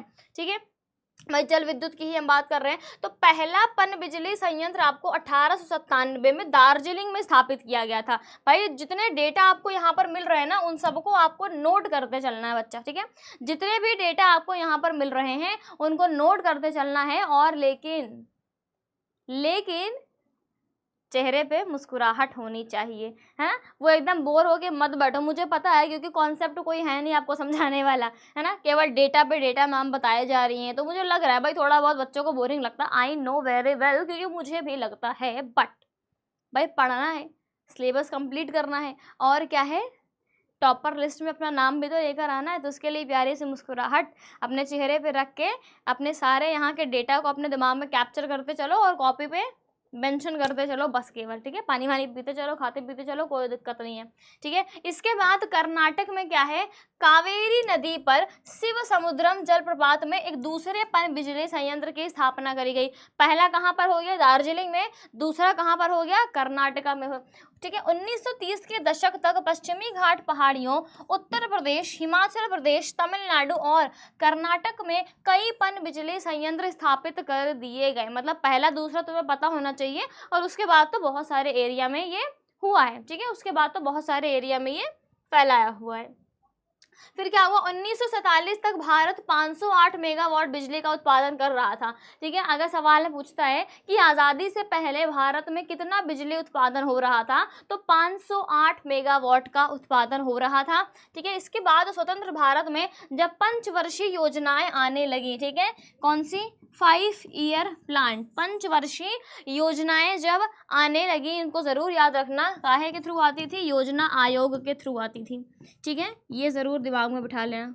कुछ अगर फैक्ट की बात बताऊं तो वो भी जरूर अपने माइंड में रख लेना, ठीक है। योजना आयोग, ठीक है। योजना आयोग कब आया था भाई साहब, 15 मार्च 1950 को आया था, ठीक है। और हमें पता है कि अब इसको रिप्लेस करके क्या चल रहा है, अब आ चुका है हमारा नीति आयोग, ठीक है। अब क्या चल रहा है, अब उसकी जगह पे नीति आयोग चल रहा है। और ये कोई आपको फंड नहीं प्रोवाइड करता, ये सिर्फ पॉलिसी बताता है। क्या बताता है, ये आपको सिर्फ पॉलिसी बताता है, ये ज़रूर याद रखना। यहाँ से आपको पैसा नहीं मिलता, यहाँ से आपको पॉलिसीज़ देखने को मिलती हैं। तो इस पॉइंट को अगर मैं कुछ एक्स्ट्रा बता रही हूँ तो उसको ज़रूर नोट करते चलना। पंचवर्षीय योजना के बारे में मैंने आपको बता दिया, योजना आयोग के थ्रू आती है। 15 मार्च 1950 को योजना आयोग का गठन हुआ। इसकी जगह अब नीति आयोग ने ले ली है, ठीक है। इसकी जगह अब नीति आयोग ने ले ली है। मेरा मन कर रहा है मैं कुछ प्यारा सा कलर चूज करूं, ये मिल गया, चलो ठीक है। अब इसके तहत इस दिशा में सघन प्रयास किए गए हैं, विद्युत शक्ति का समुचित और त्वरित विकास किया जा सके, इसके लिए अनेक बहुउद्देशीय परियोजनाएं संचालित करी गई हैं। मैंने बताया था ना कि जब से ये बिजली वाला, मतलब जल के थ्रू बिजली वाला काम शुरू हुआ है, बड़े बड़े बांधों का बनना शुरू हो चुका है। ये बहुत सारी क्या है, बहुउद्देशीय परियोजनाएं हैं, ठीक है। बहुउद्देशीय क्यों है, क्योंकि एक साथ बहुत सारे उद्देश्य इससे पूरे हो रहे हैं। तो वो कौन कौन सी बहुउद्देशीय परियोजनाएं हैं, इनके नाम जरूर से जरूर याद रखना। जैसे कि भाखरा नांगल है, दामोदर घाटी परियोजना है, कोशी परियोजना है, रिहांद परियोजना है, हीराकुड परियोजना है, चंबल घाटी परियोजना है, तुंगभद्रा परियोजना है और शरावती नदी परियोजना है। भाई कौन कौन सी नदियों पर है, इनका नाम याद रखना। भाखरा नांगल तुम्हें सतलज पे मिलेगा, ठीक है। जो नोट कराते चल रही है उसको नोट करते चलो, सतलज पे मिलेगा, ठीक है। उसके बाद दामोदर घाटी परियोजना दामोदर नदी पर है। फिर क्या है, कोशी परियोजना है तुम्हारा, ये कोशी नदी पर ही है। देखो नाम से बहुत सारा मैच कर रहा है। रिहांद है, ये भी रिहांद नदी पर ही देखने को मिलेगा उत्तर प्रदेश में। हीराकुड है, हीराकुड तुम्हें महानदी पर देखने को मिलेगा, ठीक है, महानदी पर। फिर अगर चंबल घाटी परियोजना की बात करूँ तो ये तुम्हें चंबल नदी पर मिलेगा, ठीक है। फिर उसके बाद तुंगभद्रा की बात करूँ तो ये भी तुम्हें तुंगभद्रा पर ही मिलेगा, ठीक है, तुंगभद्रा पर ही तुम्हें देखने को मिलेगा। और अगर शरावती नदी परियोजना की बात करूं तो ये भी तुम्हें शरावती नदी पर देखने को मिलेगा, ठीक है। तो इन सारी नदियों के नाम जरूर याद रखना, ठीक है। अभी इनको हम थोड़ा सा डिटेल में भी पढ़ेंगे, पहले इनके मैप को जरूर देख लो, ठीक है। इस मैप में तुम्हें बहुत सारी क्या है, इन परियोजनाओं के बारे में देखने को मिलेगा। ये सारे हाइड्रो पावर प्लांट्स हैं, ठीक है। मेन का नाम मैं तुम्हें बता दे रही हूँ, उसको नोट कर लेना। राणा प्रताप सागर, गांधी सागर, जवाहर सागर, ठीक है, ध्यान से सुनना। कोयना है, फिर नागार्जुन सागर है, तुंगभद्रा है, फिर क्या है, इधर जौग है, और मैं इंपॉर्टेंट नाम बता रही हूँ, ध्यान सुनना। हीराकुड होगा तुम्हारा, इधर रिहांद है, ठीक है, इधर लोकटक है, और इधर पोंग है, सिंध है, भाखरा नांगल है, ठीक है, और ये टिहरी है। ये सबसे ज़्यादा इंपॉर्टेंट है, जितना मैंने गोला गोला कर दिया है ये सबसे ज़्यादा इंपॉर्टेंट है। इनको ज़रूर अपने दिमाग में बिठा लेना तुम, ठीक है, ज़रूर से ज़रूर अपने दिमाग में बिठा लेना, ये सबसे ज़्यादा इंपॉर्टेंट है। बाकी इनके अलावा भी बहुत सारे हैं, लेकिन ये बहुत ज़्यादा इंपॉर्टेंट है। अभी थोड़ा सा हम इनको डिटेल में भी पढ़ेंगे। तो भाई अगर मैं भाखरा नांगल परियोजना की बात करूं तो ये सतलज नदी पे देखने को मिलता है। मेन फैक्ट बता रही हूं, और उसी तरीके भाई कैसे तुम्हें नोट करना है इन चीज़ों को, सुनो ध्यान से। सीधा सीधा लिखो भाखरा नांगल, ठीक है, भाखरा नांगल। अब कैसे नोट करोगे, ऐसे तुमने लिखा, ऐसे करके इसको बना लो, ठीक है। एक तरफ भाई लिखो कौन सी नदी पर है ये, ध्यान से सुनना कैसे नोट्स में बनाना है। ऐसे नाम डालो, एक तरफ लिखो कौन सी नदी पर है ये, ठीक है। अगर उसकी ऊंचाई के बारे में अगर कुछ दिया हुआ है, उससे रिलेटेड कुछ फैक्ट है, वो ज़रूर नोट कर लेना, ठीक है। इसकी कैपेसिटी कितनी है, ठीक है, कितनी यहाँ से आपको ऊर्जा देखने को मिल रही है, उसकी क्षमता नोट कर लेना। और कौन कौन से राज्यों को इससे फ़ायदा मिल रहा है ये नोट कर लेना। इतनी चीज़ें अगर तुम्हें इसके बारे में पता चल गई तो भाई तुम्हारा पेपर एकदम मस्त सॉल्व, ठीक है। बस इससे ज़्यादा तुमसे कुछ नहीं पूछेगा, कौन सी नदी पर है, क्या उसकी ऊंचाई है, क्या लंबाई है, कितनी क्षमता है, और कौन से राज्यों को ये प्रभावित कर रहा है। बस सिंपल सा इतना ही आपको अपने नोट्स में ऐसे नाम डालोगे और इतनी चीज़ें लिख लोगे, बस खत्म, ठीक है। वही चीज़ आपको बता रही हूँ, वही सतलुज नदी पर है, ऊंचाई उसकी 225 मीटर है, सब भारत की सबसे बड़ी परियोजना है। उसके बाद क्या है, एक भाखड़ा में देखने को मिलेगा, गंगूवाल में 2 देखने को मिलेगा और कोटला में 1 स्थापित है, क्या, ठीक है। इसका जो बांध की जो मैं बात कर रही हूँ तो अलग अलग एरिया में देखने को मिलेगा। यहाँ से तुम्हें 7 लाख किलोवाट बिजली देखने को मिलेगी। तो क्षमता कितनी हो गई, 7 लाख किलोवाट की क्षमता हो गई। अच्छा, राज्य कौन कौन से हैं, तो पंजाब है, हरियाणा है, दिल्ली, उत्तराखंड, उत्तर प्रदेश, हिमाचल प्रदेश, राजस्थान, जम्मू कश्मीर, ठीक है। तो ये सारे राज्य हैं। तो इसी तरीके से नोट कर लोगे तो बहुत आसान रहेगा एग्जाम टाइम पर रिविजन करने में, ठीक है। चलो आगे बढ़ते हैं। अगर मैं दामोदर घाटी परियोजना की बात करूं तो सीधी सी बात है भैया, झारखंड, ये आपको झारखंड में देखने को मिलेगा और दामोदर नदी पर देखने को मिलेगा, ठीक है। पश्चिम बंगाल को बचाने के साथ साथ तिलैया, मैथन, कोनार और पंचेत पहाड़ियों में भी बांध बनाकर इससे क्षमता किसकी कितनी है, तो 1300 मेगावाट है। क्षमता कितनी है, 1300 वाट। अब मुझे पता है कि बच्चे कंफ्यूज हो जाते हैं कि मैम दामोदर को तो बंगाल का, पश्चिम बंगाल का शोक कहा जाता है कि नहीं। तो ये मत लगा के चले आना कि दामोदर घाटी परियोजना पश्चिम बंगाल में, नहीं बेटा, दामोदर घाटी परियोजना झारखंड में है, ठीक है। तो इसमें बच्चे बिल्कुल कंफ्यूज मत हो जाना, बिल्कुल भी नहीं होना है। कहाँ है, झारखंड में है, ठीक है। और कौन कौन से क्षेत्र है, तो बिहार है, झारखंड है, पश्चिम बंगाल है, तो इनको इसका फायदा मिलता है। तो तुम्हारा राज्य भी हो गया, क्षमता हो गई, नदी भी हो गई, ठीक है। अब कोई दिक्कत, कोई समस्या, ठीक है। चलो, अगर मैं कोसी की बात करूं भाई, बिहार का शोक इसको कहा जाता है, ठीक है, बिहार का अभिशाप कहा जाता है। तो ये आपको देखने को मिलेगा हनुमान नगर, नेपाल में, ये कोसी नदी पर बांध बना हुआ है। अच्छा, अब यहाँ पर भी बच्चे कंफ्यूज नहीं होंगे। कैसे कंफ्यूज नहीं होना है कि भाई कोसी, यहाँ पर कोसी परियोजना की बात करी जा रही है, तो कोई भी बिहार लगाकर नहीं आएगा ऑप्शन में भाई। ऑप्शन में आएगा तुम्हारा हनुमान नगर, नेपाल। ये बांध वहां पर बना हुआ है, बिहार में नहीं। ये बांध हनुमान नगर, नेपाल में बना हुआ है। तो बहुत ध्यान से इसको समझना, बहुत ध्यान से ऑप्शन को टिक करना, कंफ्यूज बिल्कुल भी मत हो जाना, ठीक है। अच्छा, इसकी क्षमता कितनी है, तो 20,000 किलोवाट बिजली ये पैदा कर रही है, जिसमें कि आधा नेपाल और आधा क्या है, बिहार को मिलता है। अगर मैं रिहांद परियोजना की बात करूं तो ये सोन की सहायक नदी है, पता है तुम्हें, सोन की सहायक नदी है। अच्छा, अब ये क्या है, 934 मीटर लंबा बांध है, ठीक है। और इसमें तुम्हें एक कृत्रिम झील भी देखने को मिलेगी जिसका नाम है गोविंद वल्लभ पंत सागर। ये सबसे बड़ी कृत्रिम झील है, ये भी जरूर नोट कर लेना, ठीक है। सबसे बड़ी कृत्रिम झील कौन सी है, तो ये गोविंद वल्लभ पंत सागर झील है, ठीक है। उसके बाद क्या है, इस योजना के तहत 30 लाख किलोवाट की बिजली पैदा की जाती है, ठीक है। उसके बाद मध्य भारत में रेलवे लाइनों का विद्युतीकरण हजारों नलकूपों के लिए किया जाता है। तो यहाँ पर आपको रेलवेज में इसका इस्तेमाल ज़्यादा देखने को मिल रहा है, और ये ज़रूर याद रखना पॉइंट। सबसे बड़ी कृत्रिम झील आपको इसी में देखने को मिलेगी, गोविंद वल्लभ पंत सागर, ठीक है। अगर मैं हीराकुड परियोजना की बात करूँ तो भाई नाम से समझ में आ रहा है कौन सा, उड़ीसा, ठीक है। और ये दुनिया का सबसे लंबा बांध है बेटा, दुनिया का सबसे लंबा बांध है, याद रखना। दुनिया का सबसे लंबा बांध कौन सा है, तो हीराकुड है, 4801 मीटर का है, ठीक है। और उसके बाद इसके निर्माण में 2.7 लाख किलोवाट बिजली यहाँ पर उत्पन्न की जा रही है। उसके बाद क्या है, इसका उपयोग उड़ीसा और आसपास के क्षेत्रों में होता है। अच्छा, एक पॉइंट और बता दो, सबसे लंबा मैंने बता दिया, सबसे बड़ा बांध बता दो। दुनिया का सबसे बड़ा बांध क्या कोई जानता है, दुनिया का सबसे बड़ा बांध क्या कोई जानता है बच्चा, तो वो होगा तुम्हारा 3 गॉर्ज, ठीक है। वो होगा तुम्हारा 3 गॉर्ज, कहाँ पर है, ये चाइना में है, ठीक है। थ्री गॉर्ज नाम का बांध है जो कि चाइना में है, ये दुनिया का सबसे बड़ा बांध है, इसको भी जरूर नोट कर लेना। ठीक है, अब चंबल घाटी परियोजना की बात कर लूँ।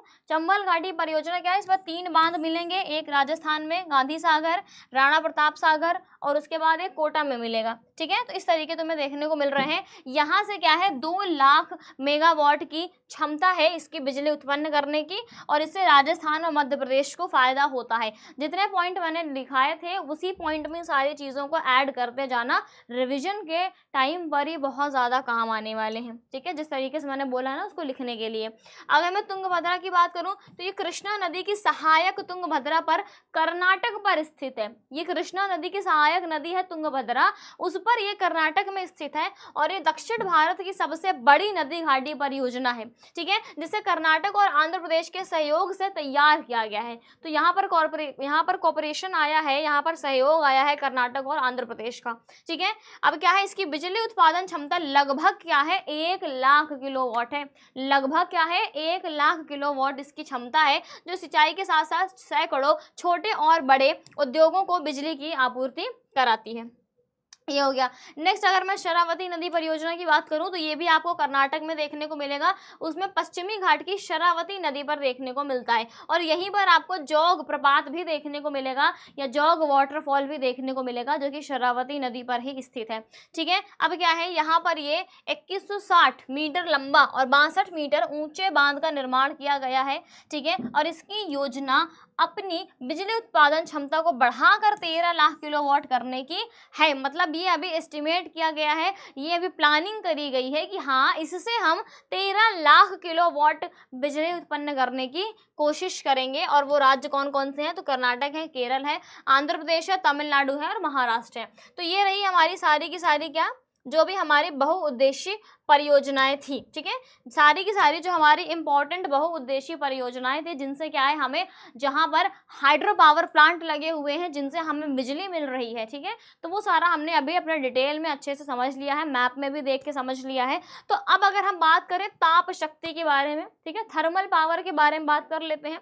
ठीक है, तो बिजली संयंत्रों में थर्मल पावर का उत्पादन करने के लिए कोयला, पेट्रोलियम और प्राकृतिक गैस का इस्तेमाल होता है। ठीक है, थर्मल पावर की जब भी हम बात करेंगे तो वो कोयला, पेट्रोलियम और प्राकृतिक गैस का यहाँ पर इस्तेमाल किया जाता है, भाप है ना बना के। ठीक है, ताप शक्ति इसको हम बोलते हैं, और ये रहे तुम्हारा पावर प्लांट। ठीक है, यहाँ पे तुम्हें 2 मिलेगा, अभी हम उसके बारे में पढ़ेंगे, न्यूक्लियर के बारे में। अभी हम न्यूक्लियर पावर प्लांट के बारे में पढ़ेंगे, लेकिन क्या है उससे पहले हम थर्मल पावर प्लांट के बारे में हमने देखा हुआ है। तो अगर जहाँ जहाँ ये तुम्हारा स्क्वायर बना हुआ है वो सारा तुम्हारा न्यूक्लियर पावर प्लांट है, और जहाँ जहाँ ये सर्कल बना हुआ है वो तुम्हारा थर्मल पावर प्लांट है। थर्मल पावर वाला मैं तुम्हें नोट करा दे रही हूँ, ध्यान से सुन लेना कौन कौन सा बहुत ज़्यादा इंपॉर्टेंट है। ठीक है, एक तुम्हारा यहाँ गांधीनगर है। ठीक है, और उसके बाद तुम्हारा निवेली है। ठीक है, टुटुकोरिन है। ठीक है, ये हो गया। उसके बाद तालचेर है, और इधर दुर्गापुर है, इधर बरौनी है। ठीक है, इधर चंद्रपुर है, इधर रिहांद है। ठीक है, और एक है इधर पांकी है, उसके बाद कोटा वाला है। ठीक है, और इधर क्या है, नामरूप है, और इधर लोकटक है। तो ये भी बहुत सारे इंपॉर्टेंट क्या है, थर्मल पावर प्लांट्स है। ठीक है, जो बहुत ज़्यादा इंपॉर्टेंट है, मैं उनको सर्कल कर दे रही हूँ, तो प्लीज़ उसको ध्यान से समझ लेना और ध्यान से नोट कर लेना अच्छे बच्चों की तरह। ठीक है, तो ये रहे तुम्हारे थर्मल पावर प्लांट। अभी मैं पढ़ाऊंगी जब न्यूक्लियर वाला, तो उसको भी अभी जस्ट मैप में दिखा दूंगी। ठीक है, अभी न्यूक्लियर वाला भी हम पढ़ेंगे। ओके, चलो, तो ये न्यूक्लियर की बात हमने कर ही रहे थे, परमाणु ऊर्जा की बात हमने करी। ठीक है, उच्च परमाणु के खंडित होने पर ऊर्जा उत्सर्जित होती है। ठीक है, यहाँ पर क्या होता है, 2 प्रोसेस होती है, एक होता है फिजन की प्रोसेस, दूसरा होता है फ्यूजन की प्रोसेस। जैसे कि हमारा सूर्य है, सूर्य के अंदर आपको क्या मिलता है, हाइड्रोजन और हीलियम, और इनका लगातार क्या है आपस में न्यूक्लियर रिएक्शंस, बोले तो नाभिकीय रिएक्शंस वहाँ पर होते रहते हैं, जिससे कि हमें इतनी अमाउंट में एनर्जी मिलती है। वो तो चलो अलग चीज़ हो गई। तो हमें बात करनी है किसकी, नाभिकीय ऊर्जा की या परमाणु ऊर्जा की। ठीक है, उससे क्या है, अणु उत्सर्जित होते हैं। ठीक है, जो सुरमा, ग्रेफाइट, यूरेनियम, मोनाजाइट आदि आणविक क्या है, खनिज होते हैं। मोनाजाइट आपको केरल राज्य में बहुत ज़्यादा मात्रा में देखने को मिलेगा। इसके अतिरिक्त ये तमिलनाडु में भी, आंध्र प्रदेश में भी और उड़ीसा में भी देखने को मिलता है। मोस्ट इंपॉर्टेंट जो है हमारे वो है यूरेनियम, इनका इस्तेमाल बहुत ज़्यादा होता है। यूरेनियम है और थोरियम है। ठीक है, इनका इस्तेमाल आपको बहुत ज़्यादा देखने को मिलेगा। ठीक है, नाभिकीय ऊर्जा को उनका क्या करना, उनका संचालित कराने में या उनको उत्पन्न करने में, ठीक है, जो कि हमारी परमाणु ऊर्जा है, ठीक है। यूरेनियम परमाणु ऊर्जा का कच्चा माल है, मैंने बताया ना, as a raw material uranium और थोरियम का इस्तेमाल किया जाता है, ठीक है। उसके बाद जो प्राचीन चट्टानों से हमें देखने को मिलता है, ठीक है। ये सारे हमारे क्या हैं, सारे हमारे रेडियो एक्टिव एलिमेंट्स हैं। रेडियो साइंस में आपने पढ़ा होगा ना, केमिस्ट्री में पढ़ा होगा ना, वो पूरा का पूरा एलिमेंट वाला चार्ट है ना, उस चार्ट में आपको ये सबसे नीचे देखने को मिलते होंगे रेडियो एक्टिव एलिमेंट्स, ठीक है, रेडियो एक्टिव एलिमेंट्स। चलो, भारत में यूरेनियम के विशाल भंडार आपको झारखंड के जादूगोड़ा में देखने को मिलते हैं, जहां पर ये 97 किलोमीटर लंबी पट्टी में फैला हुआ है, ठीक है। सबसे ज़्यादा आपको कहाँ मिल रहा है, तो झारखंड के जादूगोड़ा में मिल रहा है। उसके बाद मेघालय की जयंतिया पहाड़ी में भी इसका पर्याप्त भंडार है, और यूरेनियम आंध्र प्रदेश में भी पाया जाता है, लेकिन सबसे ज़्यादा झारखंड के जादूगोड़ा की पहाड़ियों पर आपको यूरेनियम देखने को मिलेगा। ये सबसे ज़्यादा इंपॉर्टेंट है, ठीक है, सबसे ज़्यादा इंपॉर्टेंट है। अच्छा, पहला अगर मैं बात करूं, पहला रिएक्टर कब बना था, तो 1955 में मुंबई के पास तारापुर, ठीक है, तारापुर महाराष्ट्र, ठीक है, तारापुर महाराष्ट्र में आपको सबसे पहला देखने को मिलता है, और ये एशिया का सबसे पहला है, ठीक है, जिसका मुख्य उद्देश्य उद्योग और कृषि को बिजली प्रदान करना था। देश में अब तक 6 विद्युत ग्रह जो है स्थापित किए जा चुके हैं, मतलब टोटल मिला के 7 हो चुके हैं, ठीक है। सबसे पहला हमारा क्या है, ये 1955 वाला कहाँ पर बना था, तारापुर महाराष्ट्र में बना था। तो एक एक करके हम इनके बारे में अभी पढ़ेंगे। ये एशिया का सबसे बड़ा परमाणु ऊर्जा घर है, ठीक है, मैंने बताया अभी एशिया का ये सबसे बड़ा है, ठीक है। उसके बाद क्या है, यहाँ पर तुम्हें 2 परमाणु भट्टियां देखने को मिलती हैं, जिनमें से प्रत्येक की उत्पादन क्षमता कितनी है, तो वो 200 मेगावाट से भी अधिक है। मतलब एक भट्टी यहाँ पर 200 मेगावाट से अधिक बिजली का उत्पादन कर रही है। अच्छा, अब क्या है, यूरेनियम के स्थान पर थोरियम से प्लूटोनियम बनाकर त्रिएकत्व का उत्पादन किया जा रहा है। मतलब क्या है, सीधी सी बात है, हम क्या मैंने बताया था कि भैया यूरेनियम और थोरियम का इस्तेमाल किया जाता है ना, यूरेनियम और थोरियम का इस्तेमाल किया जाता है, ठीक है। अब हमें पता है कि हमारे भारत में आपको थोरियम ज़्यादा देखने को मिलता है, ठीक है, हमारे भारत में आपको थोरियम ज़्यादा देखने को मिलता है, इसलिए इसका उपयोग कम करके इसका उपयोग जो है ज़्यादा किया जाने लगा है, ठीक है, थोरियम का उपयोग ज़्यादा किया जाने लगा है। चलो भाई, अब हमने बात कर ली है, हमने तारापुर वाले की बात कर ली है। नेक्स्ट अगर हम राणा प्रताप सागर की बात कर लें, है ना, दूसरा हमारा क्या है, राणा प्रताप सागर, ठीक है। यह आपको कोटा राजस्थान में देखने को मिलेगा, जो कि चंबल नदी के तट पर है, जहाँ से क्या है आपको पानी देखने को मिलता है। भाई नदी है तो पानी तो मिलेगा, ये कोई सोचने समझने वाली तो बात ही नहीं है। भाई फिर से बता दे रही हूँ, ज़रा भी तुम लोग ना एकदम इनएक्टिव मत होना, ठीक है, बिल्कुल भी तुम्हें इनएक्टिव होने की ज़रूरत नहीं है।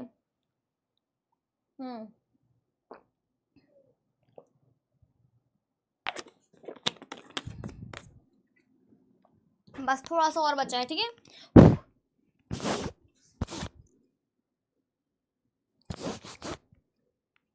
ये हमारा चैप्टर ही थोड़ा सा लेंदी भी और पता है, मतलब होता है ना, याद करने वाली चीज़ें ज़्यादा हो जाती हैं। जब याद करने वाली चीज़ें ज़्यादा हो जाती हैं तो आई नो वेरी वेल कि दिमाग काम करना हमारा थोड़ा सा बंद कर देता है, बट कोई बात नहीं, जस्ट चिल।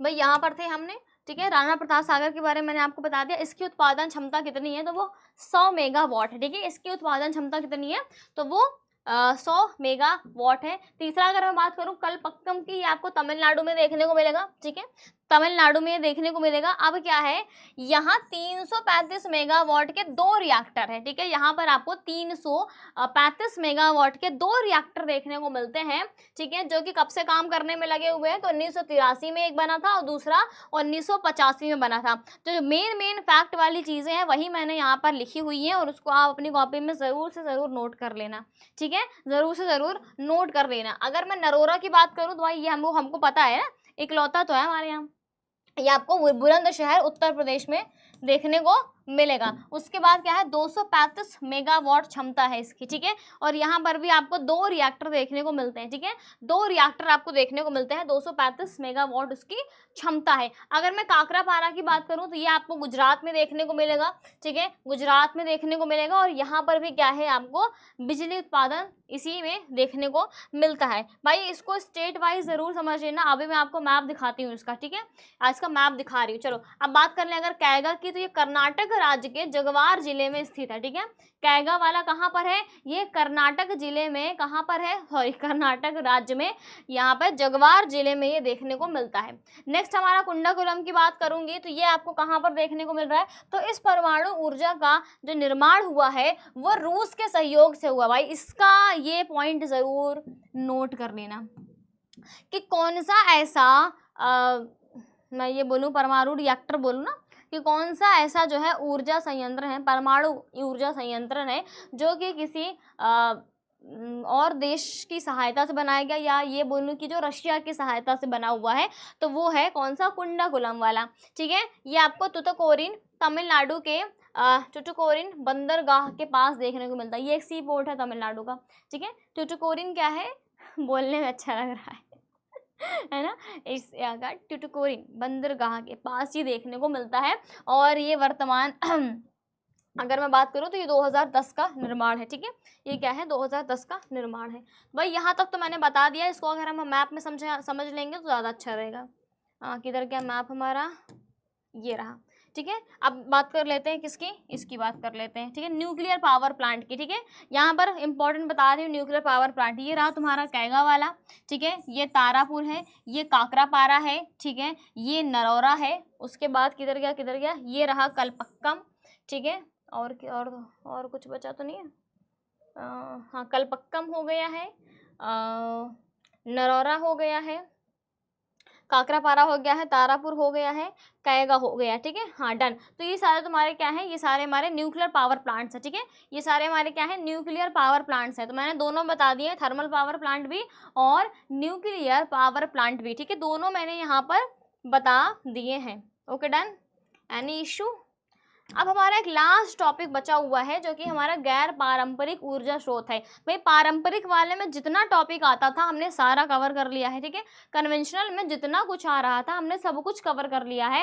अब हम बात करेंगे किसके बारे में, तो हम गैर पारंपरिक ऊर्जा स्रोत की बात करते हैं। तो भाई साहब चैप्टर हमारा इतना ज़्यादा थोड़ा सा लेंदी हो गया है, लेकिन मैंने बार बार बताया हुआ है कि कॉन्सेप्चुअल इतना ज़्यादा नहीं है, बट फैक्ट्स आपको बहुत ज़्यादा देखने को मिलेंगे। डेटा हमेशा आपको इसका स्टोर करके रखना है ताकि वो आंसर फ्रेमिंग के टाइम पे काम आ जाए। भाई थोड़ा सा पानी वानी पीने की ज़रूरत पड़ जाती है बीच में, क्योंकि काफ़ी कॉन्टिन्यूअस मैं बोल रही हूँ, तो दैट्स वाई पानी वानी पी लेना चाहिए बीच में। भाई हम जो बात कर रहे थे गैर पारंपरिक ऊर्जा स्रोतों के बारे में, तो हम सीधा उस पर आ जाते हैं। हमने अभी तक जितने भी सोर्सेज के बारे में पढ़ा वो सारे हमारे पारंपरिक रहे हैं, एक तरीके से बोलूँ तो कन्वेंशनल रहे हैं, ठीक है। चाहे कोयले की बात कर लो, पेट्रोलियम की बात कर लो, प्राकृतिक गैस की बात कर लो, ये सब क्या है, ये सब हमारे पास लिमिटेड क्वान्टिटी में अवेलेबल है और बहुत जल्दी क्या है सब खत्म होने वाले पे हैं, ठीक है। तो इसीलिए हम इन्हें एग्जॉस्टेबल भी बोलते हैं। तो अगर हम बात करें गैर पारंपरिक ऊर्जा स्रोतों की, तो हम पारंपरिक बिजली के साधनों पर लंबे समय तक निर्भर नहीं रह सकते। ये हमें बहुत अच्छे तरीके से पता है इसके बारे में, क्योंकि वो संपन्न संसाधन है। इसलिए गैर पारंपरिक शक्ति संसाधनों से ऊर्जा के विकास की बहुत ही ज़्यादा आवश्यकता है।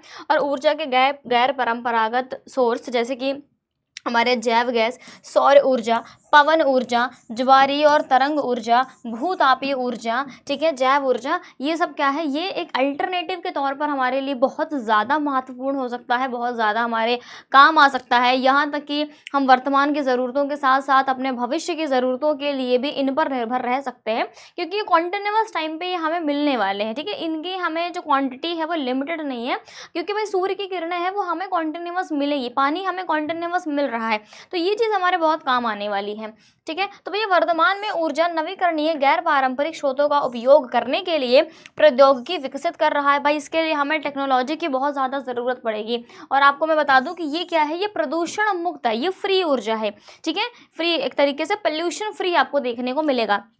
मोस्ट इम्पॉर्टेंट ये है कि भैया इसके लिए हमें टेक्नोलॉजी की ज़रूरत पड़ेगी। अच्छा एक एग्जांपल मैं आपको और दूं, जैसे कि आपको पता है ना कि वाटर का फार्मूला क्या होता है, H2O होता है, राइट, ठीक है। ये चीज़ें हमें पता है। अगर मैं आपको ये बताऊं कि इसका ये जो हाइड्रोजन है ना, ठीक है, ये मैंने आपको संसाधन वाले चैप्टर में भी पढ़ाया हुआ है कि ये जो हाइड्रोजन है ना, ये हाइड्रोजन हमारे बहुत काम आने वाला है, समझ लो, है ना। ये हाइड्रोजन हमारे लिए बहुत ज़्यादा इंपॉर्टेंट है। बट अभी क्या हुआ ना कि हमारे पास इसकी इतनी ज़्यादा क्या है, टेक्नोलॉजी अवेलेबल ही नहीं है, है ना।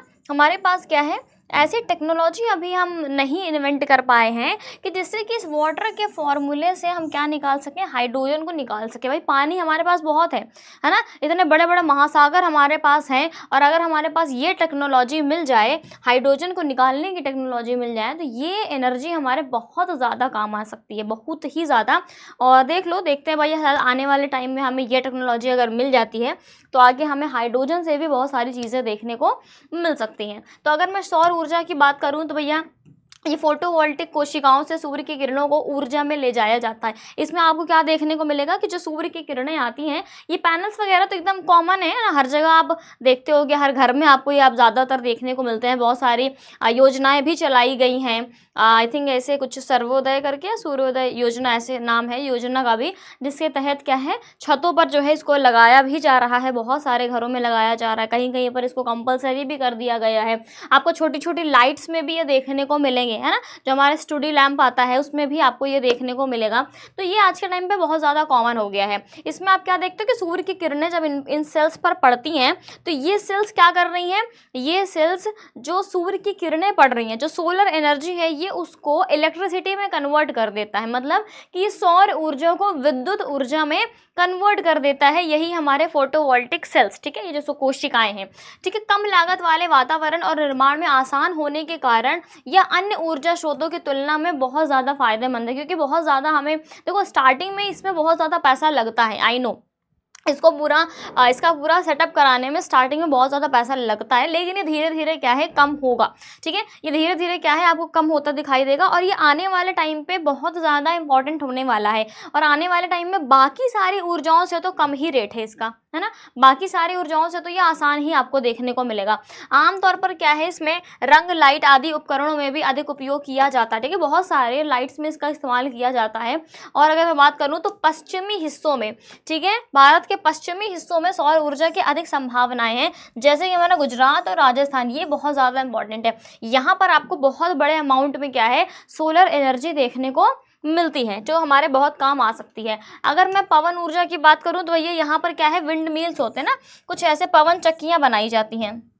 अगर मैं थोड़ा सा ऐसे बनाने की कोशिश करूं, है ना, तो बहुत सारी क्या, अगर ऐसे क्या है, पवन चक्कियाँ बनाई जाती हैं, जिनसे क्या है कि यहाँ पर क्या होता है, जैसे ही हवा ब्लो होती है, ठीक है, जैसे ही मतलब हवा तो कॉन्टिन्यूअस ब्लो होती है, लेकिन जब उसकी स्पीड बहुत ज़्यादा होती है, जब उसकी स्पीड बहुत ज़्यादा होती है उस हवा की, तो इसकी वजह से क्या है, इनमें रोटेशन शुरू हो जाता है। इनमें क्या हो जाता है, इनमें रोटेशन शुरू हो जाता है। ये जब रोटेट करते हैं तो इससे क्या होती है, इससे एनर्जी निकलती है, ठीक है, और यही एनर्जी क्या है, इसको हम इलेक्ट्रिसिटी में कन्वर्ट कर लेते हैं, ठीक है, इसी एनर्जी को हम क्या कर लेते हैं, इलेक्ट्रिसिटी में कन्वर्ट कर लेते हैं, ठीक है, ये आपको पता होगा, सिंपल सी चीज़ें हैं, ठीक है। फिर वही चीज़ है कि भैया पवन चक्कियों का इस्तेमाल किया जाता है इसमें, ठीक है, जैसे ही बहुत तेज़ आपकी हवा की गति देखने को मिलती है, ठीक है, तो यहाँ पर क्या है, इसका ये जो टरबाइन है वो रोटेट होने लगता है, और यही गति क्या है, इसको ये ऊर्जा, ठीक है, विद्युत ऊर्जा में इसको बदल दिया जाता है। भारत दुनिया का सबसे बड़ा पवन ऊर्जा उत्पादक देश है, ये याद रखना, ये पॉइंट इंपॉर्टेंट है। सबसे बड़ा क्या है, पवन ऊर्जा उत्पादक देश आपको भारत देखने को मिलेगा। यहाँ क्या है, मॉनसून और पश्चिमी हवाओं का उपयोग किया जाता है। आपको पता है कि हमारे यहाँ बारिश जिन हवाओं से होती है, ठीक है, जो हमारी क्या है, जो वेस्टर्न साइक्लोनिक डिस्टर्बेंस होता है, ये अभी आपको नहीं पता होगा, आपने 9th में पढ़ा होगा इसके बारे में, क्लाइमेट वाला चैप्टर एक होता है 9th में, मौसम, उसमें ये सारी चीज़ें बताई जाती हैं कि भारत में मानसून जो है वो कैसे आता है ना, कौन सी हवाएं चलती हैं जिसकी वजह से मानसून आता है। तो वो सारी हवाएं जो है ये बहुत ज़्यादा काम आती हैं इन टरबाइंस को रोटेट कराने में, ठीक है। जैसे कि अगर मैं बात करूँ बिजली उत्पादन में स्थानीय पवनों और स्थलीय या समुद्री ग्रीष्म ऋतुओं का भी उपयोग किया जा सकता है। इसके अलावा जो और भी हवाएं चलती है ना, कि लैंड ब्रीज भी चलती है, सी ब्रीज चलती है, मतलब जब क्या होता है ना कि सागर से मतलब, या मैं ये बोलूँ कि पानी से जब ज़मीन पे हवा जा रही, दैट इज सी ब्रीज, और ज़मीन से जब पानी पे जा रही है तो वो हमारा लैंड ब्रीज हो जाता है, ठीक है। तो इसमें भी आपको देख रहे हैं, इन हवाओं का भी इस्तेमाल देखने को मिलेगा। कुछ स्थानीय हवाएं भी चलती हैं, गर्म हवाएं भी चलती हैं, ठीक है, ठंडी हवाएं भी चलती हैं, तो सबका अलग अलग। ये बताए, ये वाला जो कॉन्सेप्ट है ना, हवाओं वाला कॉन्सेप्ट, जो मानसून वाला कॉन्सेप्ट है, अभी मैं बताने बैठूंगी बहुत लंबी क्लास हो जाएगी हमारी। तो ये वाला कॉन्सेप्ट एक तो आप 9th में आपने थोड़ा बहुत पढ़ा होगा, और आगे जो बच्चे ह्यूमैनिटीज़ लेंगे तो उन्हें 11th 11th की में ये आपको बहुत ही बारीकी से पढ़ने को मिलेगा, कैसी हवाएं चलती हैं, कैसा यहाँ पर जो भी वेस्टर्न साइक्लोनिक डिस्टर्बेंस होता है, जो एल नीनो ला लीनो होता है, ठीक है। तो ये सारी चीज़ें आपको 11th में बहुत ही बारीकी से समझने को मिलेंगे। बाकी जिन बच्चों ने 9th में ध्यान से पढ़ा होगा उन्हें इन चीज़ों के बारे में पता होगा, ठीक है। तो भैया क्या है, भारत में पवन ऊर्जा के विकास के लिए एक बहुत बड़ी महत्वाकांक्षी योजना तैयार की गई है, जिसके तहत क्या है 12, ठीक है, 12 स्थानों पर आपको ये देखने को मिल रही है पवन चक्कियाँ, ठीक है। अच्छा, ये कौन कौन सी है, जिनमें आपको 300, ठीक है, करीब 300 टरबाइंस देखने को मिल रहे हैं, ठीक है। आपकी क्या है 300 टरबाइंस। अच्छा, इसकी कैपेसिटी है 50,000, इसकी कैपेसिटी कितनी है 50,000। वो जगह कौन सी है बेटा, याद रखना, ठीक है। वो जगह कौन कौन सा है, तो वो रहेगा तुम्हारा तमिलनाडु, राजस्थान, गुजरात, महाराष्ट्र और कर्नाटका, ठीक है। इन सारी जगहों में आपको क्या है एक पवन ऊर्जा एक ज़्यादा मात्रा में देखने को मिलती है, ठीक है। हवाएं आपको बहुत तेज़ देखने को मिलती हैं, जो कहीं ना कहीं इस ऊर्जा को उत्पन्न कराने के लिए बहुत ज़्यादा क्या है कामगर हैं। और अगर मैं बात करूं तो लांबा, ठीक है, लांबा क्या है, लांबा का पवन ऊर्जा संयंत्र गुजरात के कच्छ में, ये एशिया का सबसे बड़ा संयंत्र है, ठीक है। अगर सवाल पूछता है एशिया का सबसे बड़ा संयंत्र कौन है, पवन ऊर्जा संयंत्र, तो वो लांबा है गुजरात में, ठीक है। दूसरा अगर मैं बात करूँ तो वो टुटुकोरिन है तमिलनाडु में। तो पहला और दूसरा ज़रूर याद रखना, ठीक है।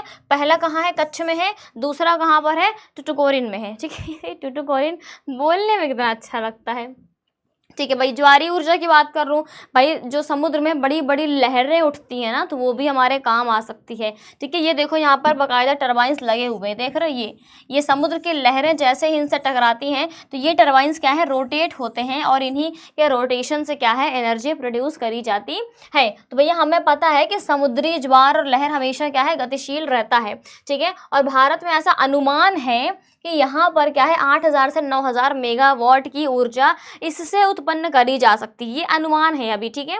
उसके बाद अगर मैं बात करूँ, खंबात की खाड़ी सबसे अनुकूल जगह है जहाँ पर 7,000 मेगावाट ऊर्जा प्राप्त की जा सकती है। तो सबसे इंपॉर्टेंट यहाँ पर तुम्हारा कौन सा मिल रहा है, तो वो खंबात की खाड़ी है, ठीक है। उसके बाद क्या है, उसके बाद तुम्हारा कच्छ की खाड़ी आएगा जिसमें 1,000 मेगावाट है, और उसके बाद सुंदरबन है जिसमें कि 100 मेगावाट की कैपेसिटी है। तो पहला क्या है खंबात की खाड़ी है, दूसरा कच्छ की खाड़ी है, और तीसरा क्या है सुंदरबन। तो इनके नाम भी याद रखना, ठीक है। ज्वारीय ऊर्जा में ये नाम आपको याद होने चाहिए।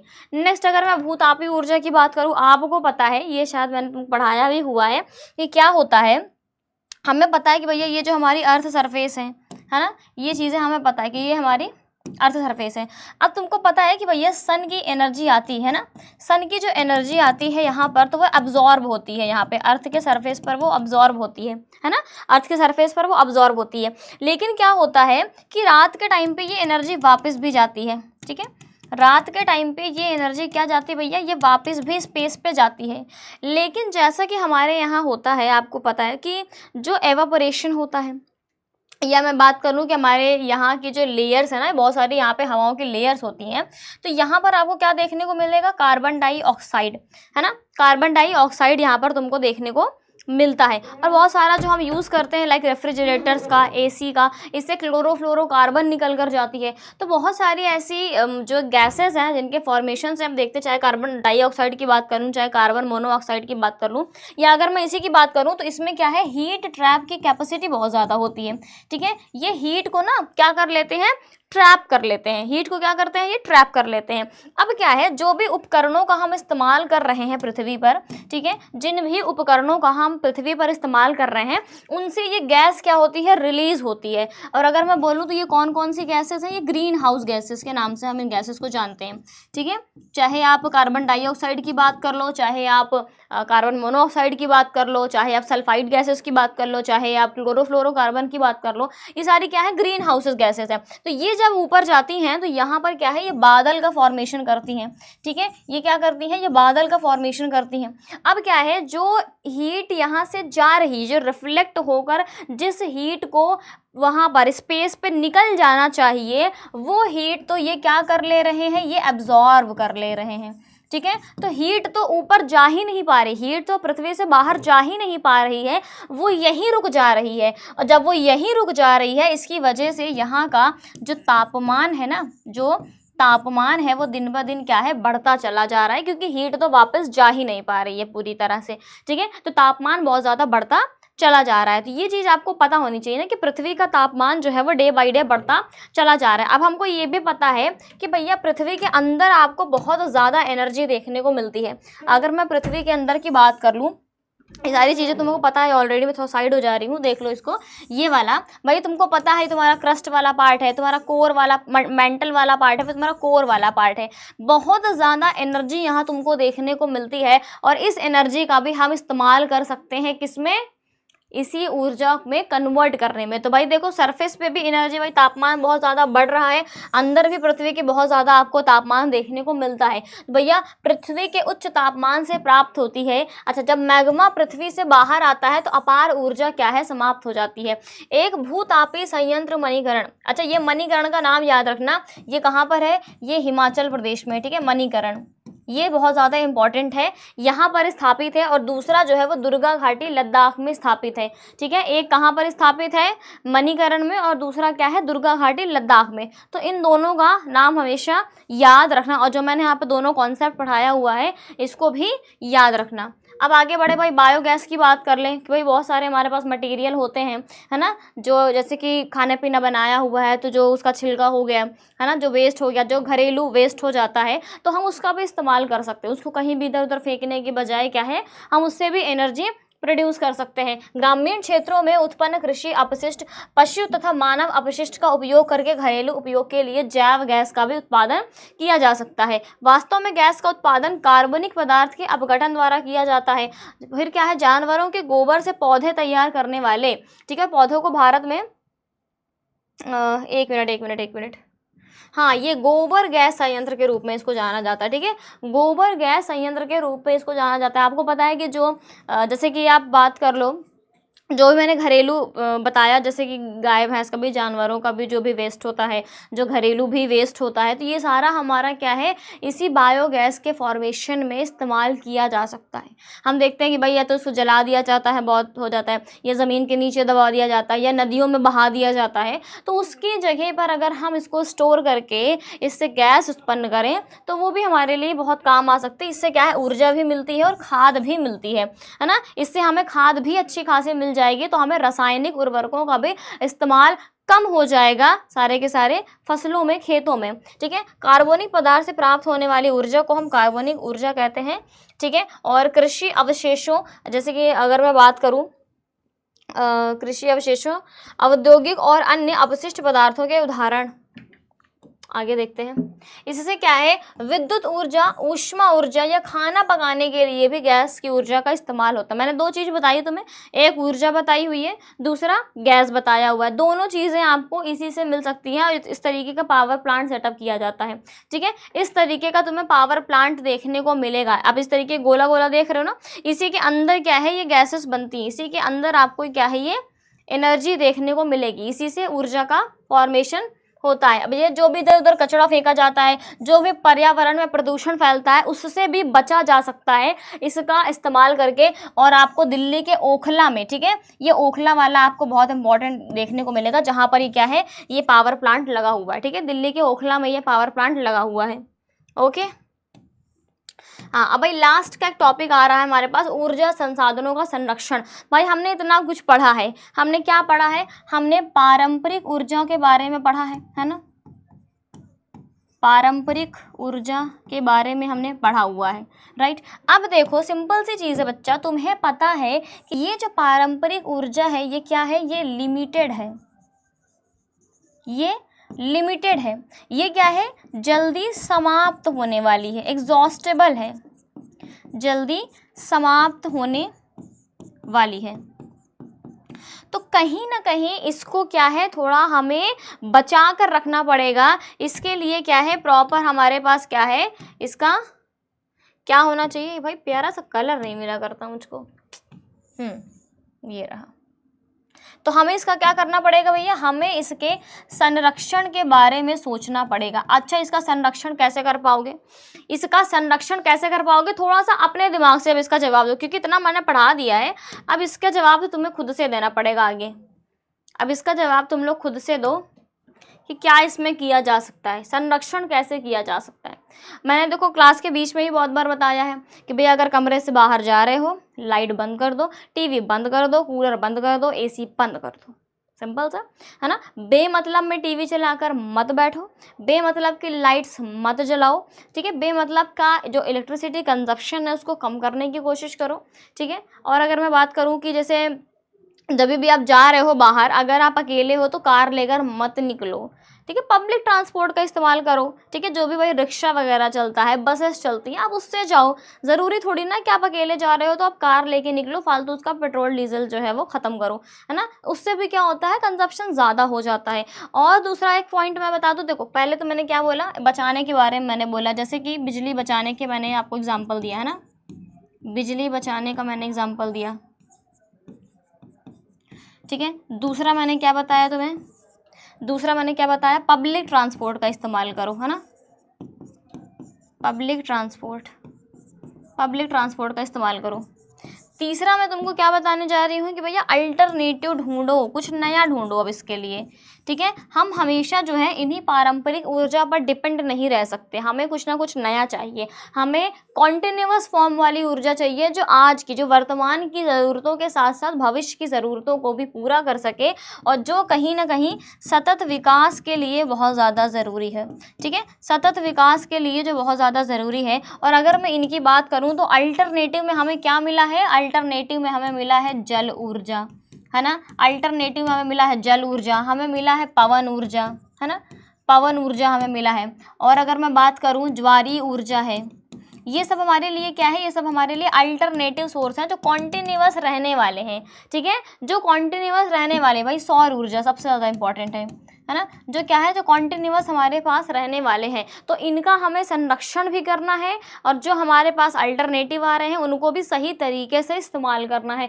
तब जाकर हम अपने संसाधनों का संरक्षण कर पाएंगे, ठीक है। तो भैया इतना ही था आपका चैप्टर। आई होप आपको पूरा चैप्टर आपका क्लियर हो गया होगा। कहीं कोई डाउट, कहीं कोई प्रॉब्लम, कहीं कोई समस्या आ रही है, just drop it into the comment box. भाई क्लास खत्म होने के बाद कमेंट बॉक्स में बता दिया करो कि यस मैम कोई मुझे ऐसा डाउट है, या आज की क्लास आपको कैसे लगी, या और आप कुछ नया क्या चाहते हो, ठीक है। अपनी बातें भी ज़रूर से ज़रूर बता दिया करो, ठीक है भाई। Thank you so much, bye bye and take care.